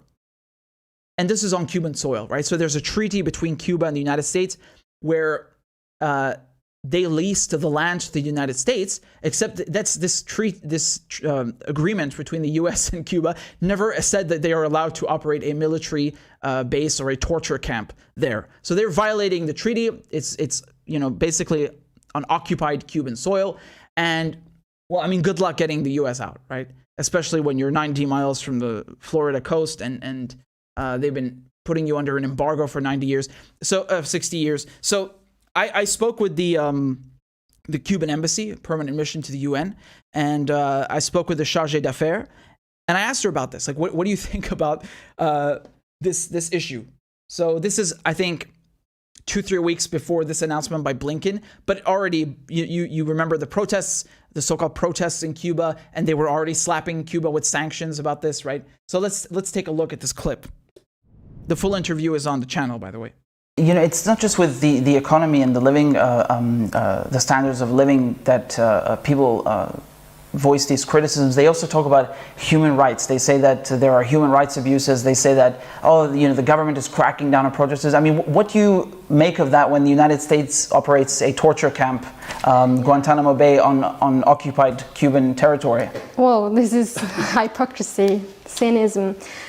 First of all, the United States government has no right to criticize Cuba because they don't have moral. They better deal with their political human rights situation. They better deal with the systemic racism that they have in their society, with the protest, with the repression to the protest that took place because of this situation of racism, of the murder of Afro-American citizens. They will better deal with the situation of more than 400 journalists that will injure and wounded during this protest. So they have to deal with their own problems. And they also accuse Cuba of torturing the protesters, and which is completely... Yes, they've been repeating this in the media that there are people who are missing. What are these? What's behind these claims? Yeah, no, this is completely wrong. They have been using the media to say things that completely out of order, completely false. And the case of the torture, they have saying that Cuba tortured the protesters, and I can tell you, it's not Cuba, the country who use these sophisticated means of repression, like toxic bombs, chemical substance, and also mechanical means of repression. It is not Cuba. This has been used here in Europe and also very frequently in the US. And the press, the media, is quiet about it. And this is very cynical. And also to talk about the Guantanamo Bay, the only territory in Cuba where the human rights are constantly violated is in the base illegally occupied by the US government in Cuba, where a torture center operates. I'm actually wondering, why is it that they're still able to maintain it? They're illegally occupying this Cuban territory, right? Yeah, they have illegally. Yeah, but We have tried to get the agreement with them for they to go, but has not been possible. We've seen. Right. So, as you can hear from the chargé d'affaires, they won't budge. And as she correctly points out, if there's any human rights abuses and torture going on, it's in Cuban soil. It's in Guantanamo Bay by the Americans. And this is why they've tried so desperately to prevent all the prisoners there from obtaining any justice, just even basic due process, right? So they just keep them there indefinitely. They force feed them, you name it. And I can assure you there are things we don't even know about. So this is just what we know. So I find this highly ironic when Secretary of State Skinny Pompeo over here is talking about unjust imprisonment. You literally kidnap people and then put them in Guantanamo Bay. That is the pinnacle of unjust imprisonment. They don't just do that in the US. No, they do that globally, right? So all across the world, they get their allies to even kidnap people and then send them to another country. This is the height of unjust imprisonment. They are not even charged with a crime. And you talk about abysmal conditions. Do you see how they always put these bags and goggles and so on, like on their heads? I'm pretty sure that's against the Geneva Convention. When you detain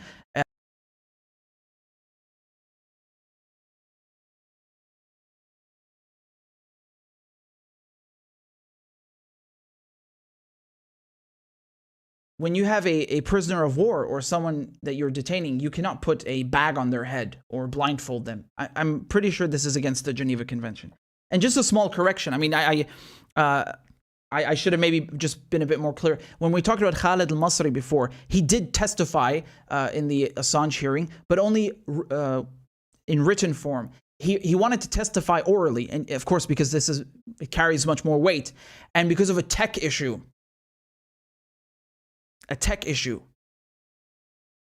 He couldn't testify, and I can only imagine how upsetting that is for him to have to relive these memories in his head and muster up this courage to come and testify, and then he's just like, oh, sorry, the tech doesn't work. What do you mean the tech doesn't fucking work? This is a court in the middle of London, and the tech doesn't work? All of a sudden, when a CIA torture victim wants to testify, how convenient. Unbelievable. So anyway, it was just to illustrate, he's just one of many other cases. And this is really, this kind of mentality here where the US, next time they talk about cracking down on protesters or unjust imprisonment and all this stuff, I mean, just look at what they did in the George Floyd protests, for example, right? Just look at the last year in the US. I have never, ever in my life seen so much violence against protesters that I did in the last year in the United States. They say like, oh, it's happening in Cuba right now. Or they said in Syria, they're cracking down on protesters. I've never seen even a fraction of what I saw from those countries compared to what I saw in the United States in the last year. Have you? Be honest. Be real. I don't, when the New York, the NYPD was running over protesters with a car like some madmen, I've never seen anything like that in another country. The police doing that. Never. And then, I mean, that's just one example, right? There's so many examples. And, they cracked, what is it, Buffalo Springs Police Department, they pushed that old man and cracked his skull, and then they all threatened to resign if the charges weren't dropped or something, and then no one was punished for it. Or then also they attacked this journalist with a baton. I mean, come on, man. You want to talk about cracking down on protesters and unjust imprisonment? Get out of here. This is just another part of their colonial bullshit. And I really want to say something. This really has a kind of white man's burden air about it, right? It's kind of like, oh, well, we're civilized. We, the West, we are civilized, and you are uncivilized. And we have to teach you how to be civilized because you don't have women's rights, or you don't have democracy, or you don't have a political system or foreign policy that we like, or you don't know how to treat protesters. It's such a condescending mentality, right? Like, no, we know what's right. Our way is the best. We are the civilized, we're the civilized white man, boy. Yes, it's the white man's burden to civilize the heathens. And we must go around the world and educate these poor, the poor folk, yes. What kind of bullshit is that, right? Like, that's what it is. Of course, it's not only that. There's a lot of economic corporate interests behind it, right? This is just a mask. They don't actually give a shit about being civilized or human rights. It's just, it's a cover story. The real interest is, geopolitics, corporate profits, and alliances and so forth. So that's a real thing. But even if you fall for this and you believe that, like, what is that? What is that? Like, even if it weren't hypocritical in a way, like even if, the US was a perfect democracy and every Western country was a perfect democracy, how can you go and then call other people, basically tell them they're uncivilized? And how does that give you the right to go and invade them and then starve their populations? What kind of a sick, twisted mentality is that? That, to me, that's not being civilized. I think that's quite the opposite. If you starve populations, because when we talk about sanctions, as they're saying here, they say they're sanctioning, for example, the head of Cuba's prison system, or they're going to sanction Bashar al-Assad, or they're going to sanction, the ICC inspectors. I think that was lifted though. But it's not hurting those individuals. Do you understand? When they do that, maybe the list of people that they've sanctioned is 20 people, 50 people. That's enough to screw the entire population of millions of people, because now certain corporations, certain companies working in so banks, when we're talking about finance, when we're talking about commerce, they don't want to deal with this country anymore, right? So they see, oh, XYZ has sanctions on them. Nope, I don't want the US to punish me. They might close my business in the United States because I'm still selling, I don't know, masks, computers to this country. I don't want to get punished. So they cut them off. And of course, masks is important for, let's say, health equipment, computers. This could be for hospitals, chips or medical equipment parts that this country cannot produce. They need to bring them from Germany maybe, or from other Western countries that only they can manufacture. And then the country's like, no, we don't want to deal with you because you're under sanctions. Then the US is going to punish me. So I'm not going to deal with you. So this is how sanctions work. And then you end up with millions of people who are cut off from medical infrastructure, and then food, basic necessities, like all of this deteriorates. And this is very important to understand. Because I even asked the chargé d'affaires, about, she brought this up too. Like, you have these stupid people who think that because the US has an embargo on Cuba, that Cuba is free to go trade with other countries. Yes, technically, the problem is other countries do not want to trade with Cuba because they're scared of being punished by the US. This is how sanctions work. You goddamn pencil head. Like, this is really just embarrassing. And in any case, I really want you to understand my point here is that sanctions are siege warfare. And you can imagine Cuba being under sanctions for 60 years and what that does to a country. And then it's very easy to go, oh, you see, communism and socialism doesn't work. Yeah, because you're always screwing with these countries. So of course they can't function because you're sabotaging them. Like, it's... Anyway, I'm highlighting again the hypocrisy. You really have to pay attention to the absolute ridiculous, preposterous, utterly absurd assertions that are made by foreign dignitaries emanating from the West when they say that such and such is cracking down on protesters and we have to sanction. Look at yourselves, honestly. Do you think in Saudi Arabia protesters would not have their skulls cracked and thrown in jail? There was no Arab Spring in Saudi Arabia. Gee, I wonder why. Huh? No sanctions on Saudi Arabia. I wonder why. Or Israel. So this has nothing to do with democracy or human rights or protesting or whatever. This is about who's an ally and who is not, who's not taking orders and who's not obeying Western interests. They get slapped, they get smacked around, they get starved, bombed. That's what it's about, man. You've got to see it properly and not fall for this nonsense. This is a cover. This is nonsense. So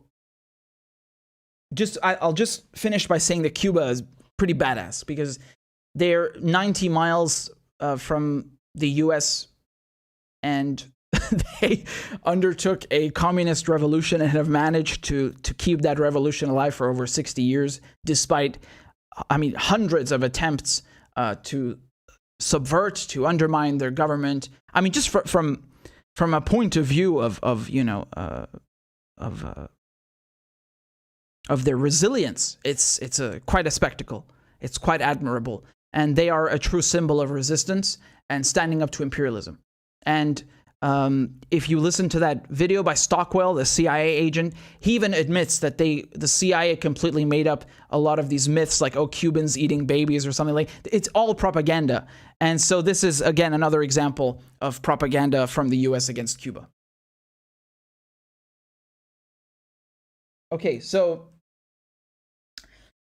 IMC says, making it a tip. We should try reverse psychology and push the US to sanction every country on earth. It will have the effect of finally sanctioning the USA. Yeah, I was joking about this in my head. Like, at one point, the US is going to start sanctioning its own, own politicians.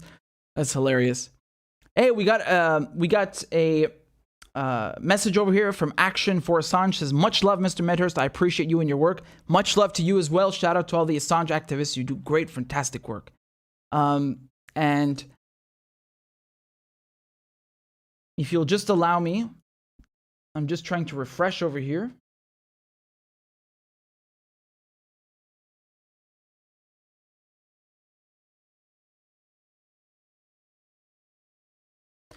Twitch has sent a tip and says, I agree, my brother is a puss.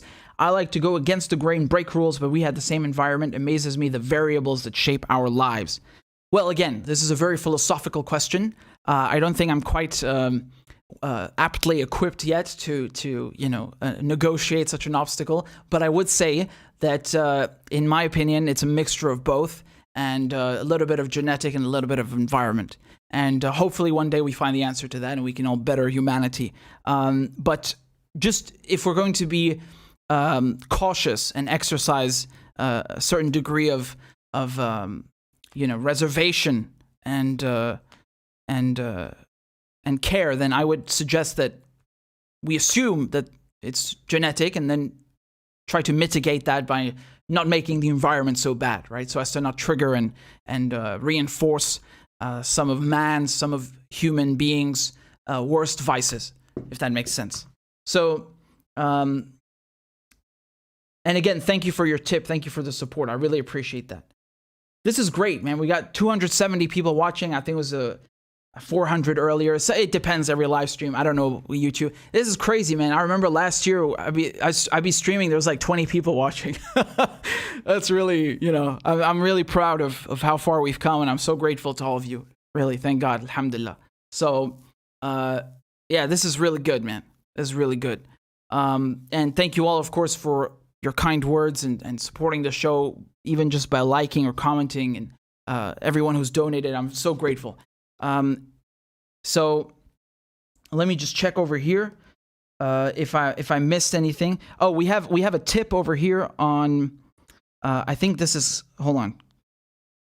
This is on CashApp, and John says, please say lieutenant. Lieutenant. Or do you want me to say it in French? Lieutenant. Le lieutenant. Lieutenant. Lieutenant. Lieutenant boy. Lieutenant Colonel. So I've said it a few times there for you. I hope that was you found that to your satisfaction. Yes, sir, boy. So Marvin says, RM, I think you want to be an MP. No, not really. Not really. I cannot imagine. Can you imagine going to work every day and you have to see these like ugly war criminals? No, thanks. So I have enough, of their site remotely. I'm not interested in that. And anyway, Tig Says, it's 2 a.m., Richard, but determined to watch till the end, you beautiful peace warrior. Thank you very much. It is indeed 2 a.m. for me as well. And, we're still here, and it's not a 7-hour live stream quite yet, but there you go. And I'm glad to have you with us. Theodore says, I love your righteous outrage. Thank you, Theodore. And I don't know how anyone can see these things and not be outraged. It's just a normal human reaction, I think. And JM says, just a little support. Thank you, JM. Even just a little support is a lot of support, and it's much appreciated and greatly appreciated. So thank you so much. Again, I'm just doing the rounds. I'm checking I didn't miss anyone. If they sent a tip or a question or something. So I'm just scrolling through Rockfin, and thank you to everyone who's watching on Rockfin. Remember, you can make an account on there for free. You will see all the videos there and the live stream, and it's a good backup because YouTube is, you know, they delete channels on a whim, they censor people on a whim, so it's good to have a backup. And I think on Rockfin we're at how many subscribers now? Let me check. I think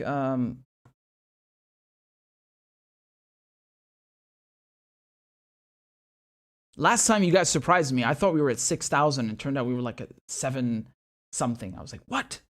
Amazing. So we are right now. Whoa, we're almost at 14,000. Whoa, that is really good. Honestly, that is really amazing. Thank you so much. So I'm just going to show you the Rockfin page. Again, it's totally free. It doesn't cost you anything.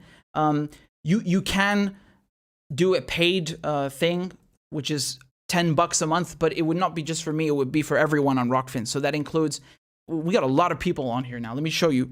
It's really growing, so it's nice to see that. Whoops, I pulled up Skinny Pompeo. Hold on, not him. Here we go. So, yeah, you can see rokfin.com/RichardMedhurst. And if you go to channels, and then you go to Free Thinking Media, look, you got Max Blumenthal, Ben Norton, Jimmy Dore, Graham Elwood, Lee Camp, Convo Couch, Abby Martin, Nico. Oh, Kevork is here as well. Kim Iverson, Michael Tracy, Unauthorized Disclosure, that's Rania and Kevin. They do great work. And Ron Placone. So you know all these people, right? So this is very nice to see so many familiar faces and see this platform growing. It's good. We need to have a backup. So I'm very grateful for everyone. And we're almost at 14,000. Isn't that amazing? See that? So definitely go make an account. It's free. It doesn't cost you a cent. And it's a good contingency plan. So thank you. 1 second. I'm just going to pull back to my camera. Hi. So, I lost you guys. Where did you go? I lost the window. Ah, there we go. Yes, boy. Wonderful. Splendid. Wonderful, wonderful. All right, guys. So, before I go,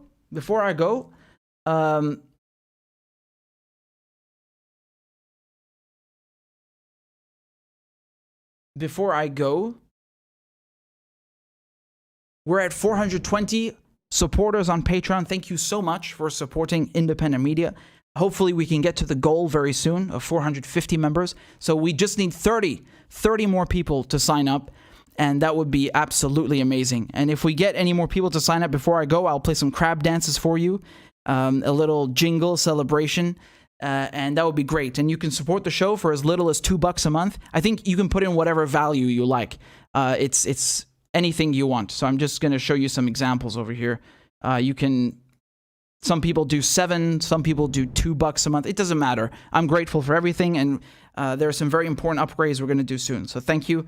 And yeah, I think that's it, right? What else did I forget something? Yeah, there's the Substack. That's also free. It's like a newsletter. And when we go live, I post that we're live there, which is important because I don't know how you guys are finding the live stream. I'm hoping that you are getting notified by YouTube. I get an email from YouTube every time I go live, which is very nice, except I wish it would email you guys because I know that I'm live. So every single time, it works impeccably for myself. I wish it were impeccable for you guys as well. But just to mitigate that, and to make sure that you get a notification, what we've been doing is I've been sending out notifications on Patreon, on Substack, and on Telegram. And again, Substack and Telegram are free. So you just put in your email and you will get a notification when I go live or post an article. And I hope it's been working well. So yeah, in any case, I will put all the links below. Thank you so much for all your support. And if you would like to donate on PayPal or you have a question or something, then you can shoot, and I'll put the thing up here. So yeah. So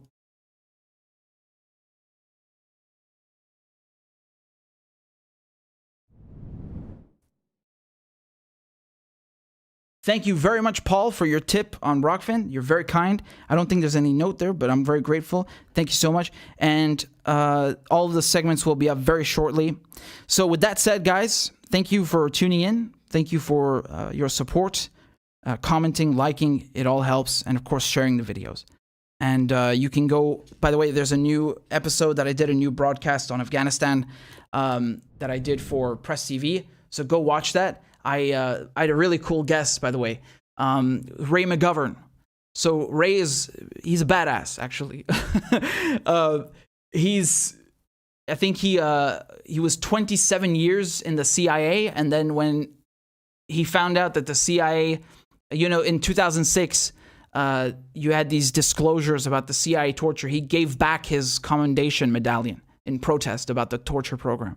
And then he went and he gave Donald Rumsfeld shit in public, right? Like, not literally, but figuratively, about Iraq. So he confronted, it is a clip. Let's play it, actually. It's an amazing clip. What an amazing, it really takes balls to do that. I don't know many people who have confronted Donald Rumsfeld in public in this way. And let's take a look. He's pretty badass.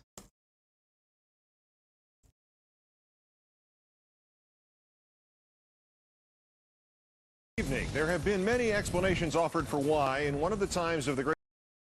Wait, hold on. Wrong window. Let's go.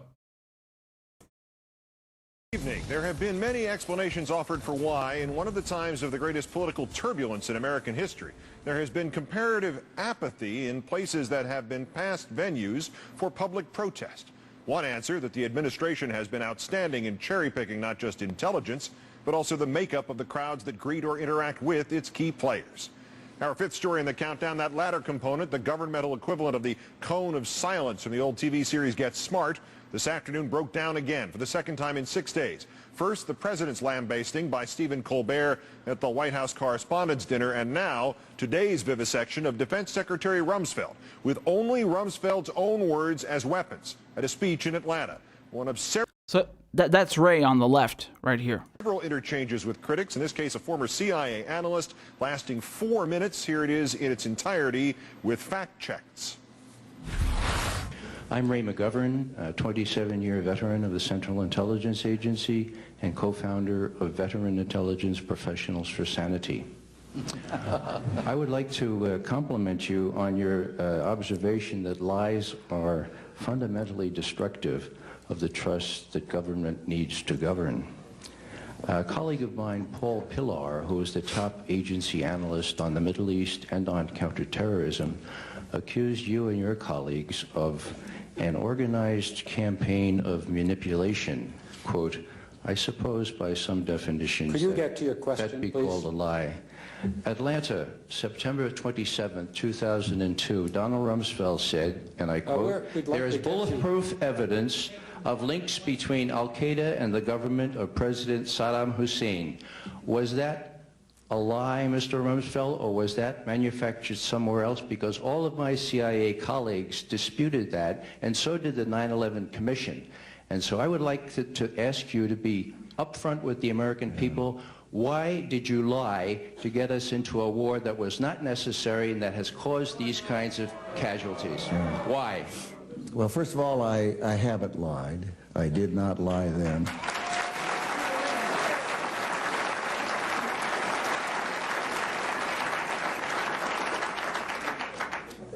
Colin Powell didn't lie. He spent weeks and weeks with the Central Intelligence Agency people and prepared a presentation that I know he believed was accurate. And he presented that to the United Nations. The president spent weeks and weeks with the Central Intelligence people. And he went to the American people and made a presentation. I'm not in the intelligence business. They gave the world their honest opinion. It appears that there were not weapons of mass destruction there. You said you knew where they were. I did not. I said I knew where suspect sites were, and we were just... You said you knew where they were, near Tikrit, near Baghdad, and northeast, south, and west of there. Those are your words. My words were that No. Wait a minute. Let him stay 1 second. Just a second. Just a second, indeed. Rumsfeld's words about WMD, March 30th, 2003, on ABC's This Week with George Stephanopoulos, were, quote, "We know where they are. They're in the area around Tikrit and Baghdad and east, west, south, and north somewhat." Honestly, I can't believe that this is MSNBC and they're doing like some actual journalism. This is America, huh? Yeah. Go ahead. You're getting plenty of play, sir. I just like an honest answer. I'm giving it to you. We're talking about lies, and your allegation that there was bulletproof evidence of ties between Al-Qaeda and Iraq. Did Rumsfeld make that allegation? Indeed, he did. September 27th, 2002, to the Chamber of Commerce, right there in Atlanta, quoting, "We ended up with 5 or 6 sentences that were bulletproof. We could say them, they're factual, they're exactly accurate. They demonstrate that there are, in fact, Al-Qaeda in Iraq. But they're not photographs, they're not beyond a reasonable doubt." Still, Mr. Rumsfeld again had to face his own words quoted back to him. How to do that? Change the subject. Was that a lie, or were you misled? Zarqawi was in Baghdad during the pre-war period. That is a fact. Zarqawi? He was in the north of Iraq in a place where Saddam Hussein had no rule. That's where he was. He was also in Baghdad. Yeah, when he needed to go to the hospital. Come on, these people aren't idiots. They know the story. You are... Let me give you an example. It's easy for you to make a charge, but why do you think that the men and women in uniform every day when they came out of Kuwait and went into Iraq put on chemical weapon protective suits? Because they liked the style? I know why. Because you sold them the fucking weapons. Donald Rumsfeld shaking hands with Saddam Hussein. He gave him the fucking chemical weapons. You think I'm joking? There you go. Here's a picture. You see that? There they are. That's him. That's Rumsfeld shaking Saddam's hand. They gave him the weapons. That's why. You know, that when I was a bit younger, and this is like around the time the Iraq War was about to start or starting, there was now we would call that a meme, but there was a meme basically that was on the internet, and it said something like, "How do you know that Saddam has WMDs?" And the answer is, we kept the receipts.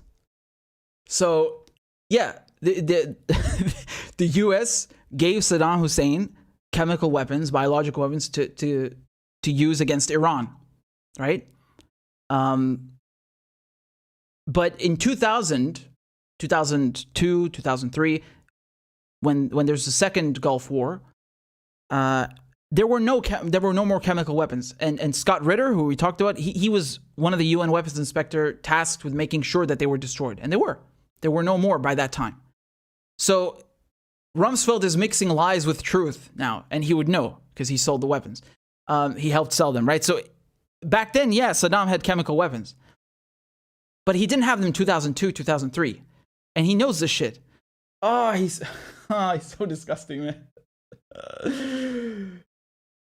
And I'm really impressed that this is MSNBC. Like, wow, honestly. I did not. I said I knew. Proof evidence of ties between. They demonstrate to him. Come on, these people aren't. Put on chemical weapon protective suits. There we go. Because they liked the style. They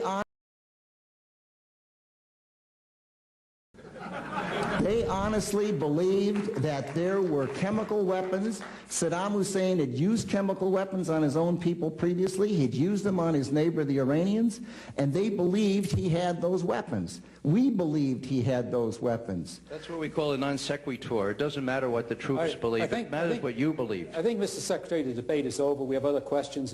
Courtesy to the audience. In the aftermath of that. So that's Ray McGovern. He's a badass, and props to him. Props to him for confronting Secretary of State, war criminal, mass murderer, Skeletor, Donald Rumsfeld. And there's another incident. Okay, I don't know if this one is on video though, yeah. So I think, if I understood correctly, Ray was invited to teach to substitute, I think, at George Washington University, and then Hillary Clinton was there, and he turned his back to her. This is while she's Secretary of State, and I'm not sure. U.S. Secretary of State. Oh, this is from Press TV. I didn't know that. Let's take a look. Hillary Clinton has been heckled while speaking at George Washington University in Washington, D.C. Was cut off. TV satellite signals were jammed, and internet access was blocked for nearly the entire country. So this is America. The government This is America. Who are you? Well, Clinton was speaking in support of internet freedom when a heckler interrupted her. The protester was apparently trying to hold up a sign, but security forces took and dragged him out of the room. Clinton took the interruption in stride as the heckler was taken away, and she carried on with her prepared remarks. Now, the heckler in question is former CIA analyst Ray McGovern, and he is joining us now on the line from Washington. Mr. McGovern, as always, many thanks for joining us here on Press TV. We have shown YouTube video of what happened, but give us your own account of exactly what happened during and after the speech at Hillary Clinton's. Well, let me just start out by saying your lead-in indicates that you're relying on Fox News, which is a notoriously unreliable source. There was no heckler. I was the person there. I said not a word. I stood silently with my back to the secretary, lest she get the idea that everyone in that whole auditorium agreed with her warmongering policies. I was standing silently, and I was jumped on by a man in a regular suit and then another person in a police uniform. I still don't know who jumped me, but I was taken outside where nobody was watching. I was manhandled. I have welts and cuts and contusions and lacerations all over my body. And the important thing is that I wasn't heckling anyone. I was completely silent. And so I was taken completely by surprise, and by the time I realized what was happening to me, I had a chance to yell, "So, this is what America has become." And then I turned to the people that were throwing me out of this auditorium, and I said, "Who are you?" And the odd thing is that to this day, I don't know who they were. But luckily, there are photos on the internet. We'll be able to find out who ordered that 220-pound muscular man who manhandled me, who ordered him to do that to a peaceful person not making a sound. And the beauty of it, of course, is there were 18 video cameras and many still cameras that captured exactly what I was doing and what I was not doing. And I'll just finish up again by saying, please don't trust Fox News. There was no heckler. Right, Mr. McGovern. Yeah, so on Ray's website, if you go to the bottom, he says, Ray enjoys being asked to substitute teach at universities and colleges. At George Washington University, though, he quickly wore out his welcome when he stood silently with his back turned toward then Secretary of State Hillary Clinton. He was seized and badly beaten directly in front of Clinton while she spoke eloquently about the need for freedom of expression in Iran. Oh, man. I think, by the way, I think today's his birthday, if I'm not mistaken. So happy birthday, Ray. And yeah, so I had Ray on for this episode that I did on Afghanistan. And funny coincidence. It's for Press TV, so go watch it. Again, the US seized the domain, so now it's presstv.ir, not .com. And or just type Richard Medhurst, the communique. And yeah, it was really good. The whole interview, the full thing, I'll be putting on here soon. He was just dropping so much knowledge, like just ridiculous. You know, he used to present us. He also used to prepare the president's daily brief for Reagan for like his entire term for 4 years, right? For 81, 85, I think. And yeah, so like every day, president gets briefed, and he was the one preparing it. So yeah, really, really knowledgeable guy and very courageous. So in any case, happy birthday to Ray, and I respect him very much because you can hear how everyone else, especially when he was talking to Rumsfeld, is just clapping, like they're just clapping like sheep. He's doing nothing but quoting Rumsfeld back to himself, and the people in the crowd are just clapping for Rumsfeld because they're so brainwashed with this bullshit propaganda. I mean, how? So you know, when you're in a room full of crazy people, it really takes some courage to do that. Anyway, so yeah. In any case, guys, thanks so much for tuning in. This is where I leave you, and I will leave all the links below for supporting the show, and I'm so grateful. All the segments will be up shortly. Be well, take care, and ma'a salame. Bye-bye.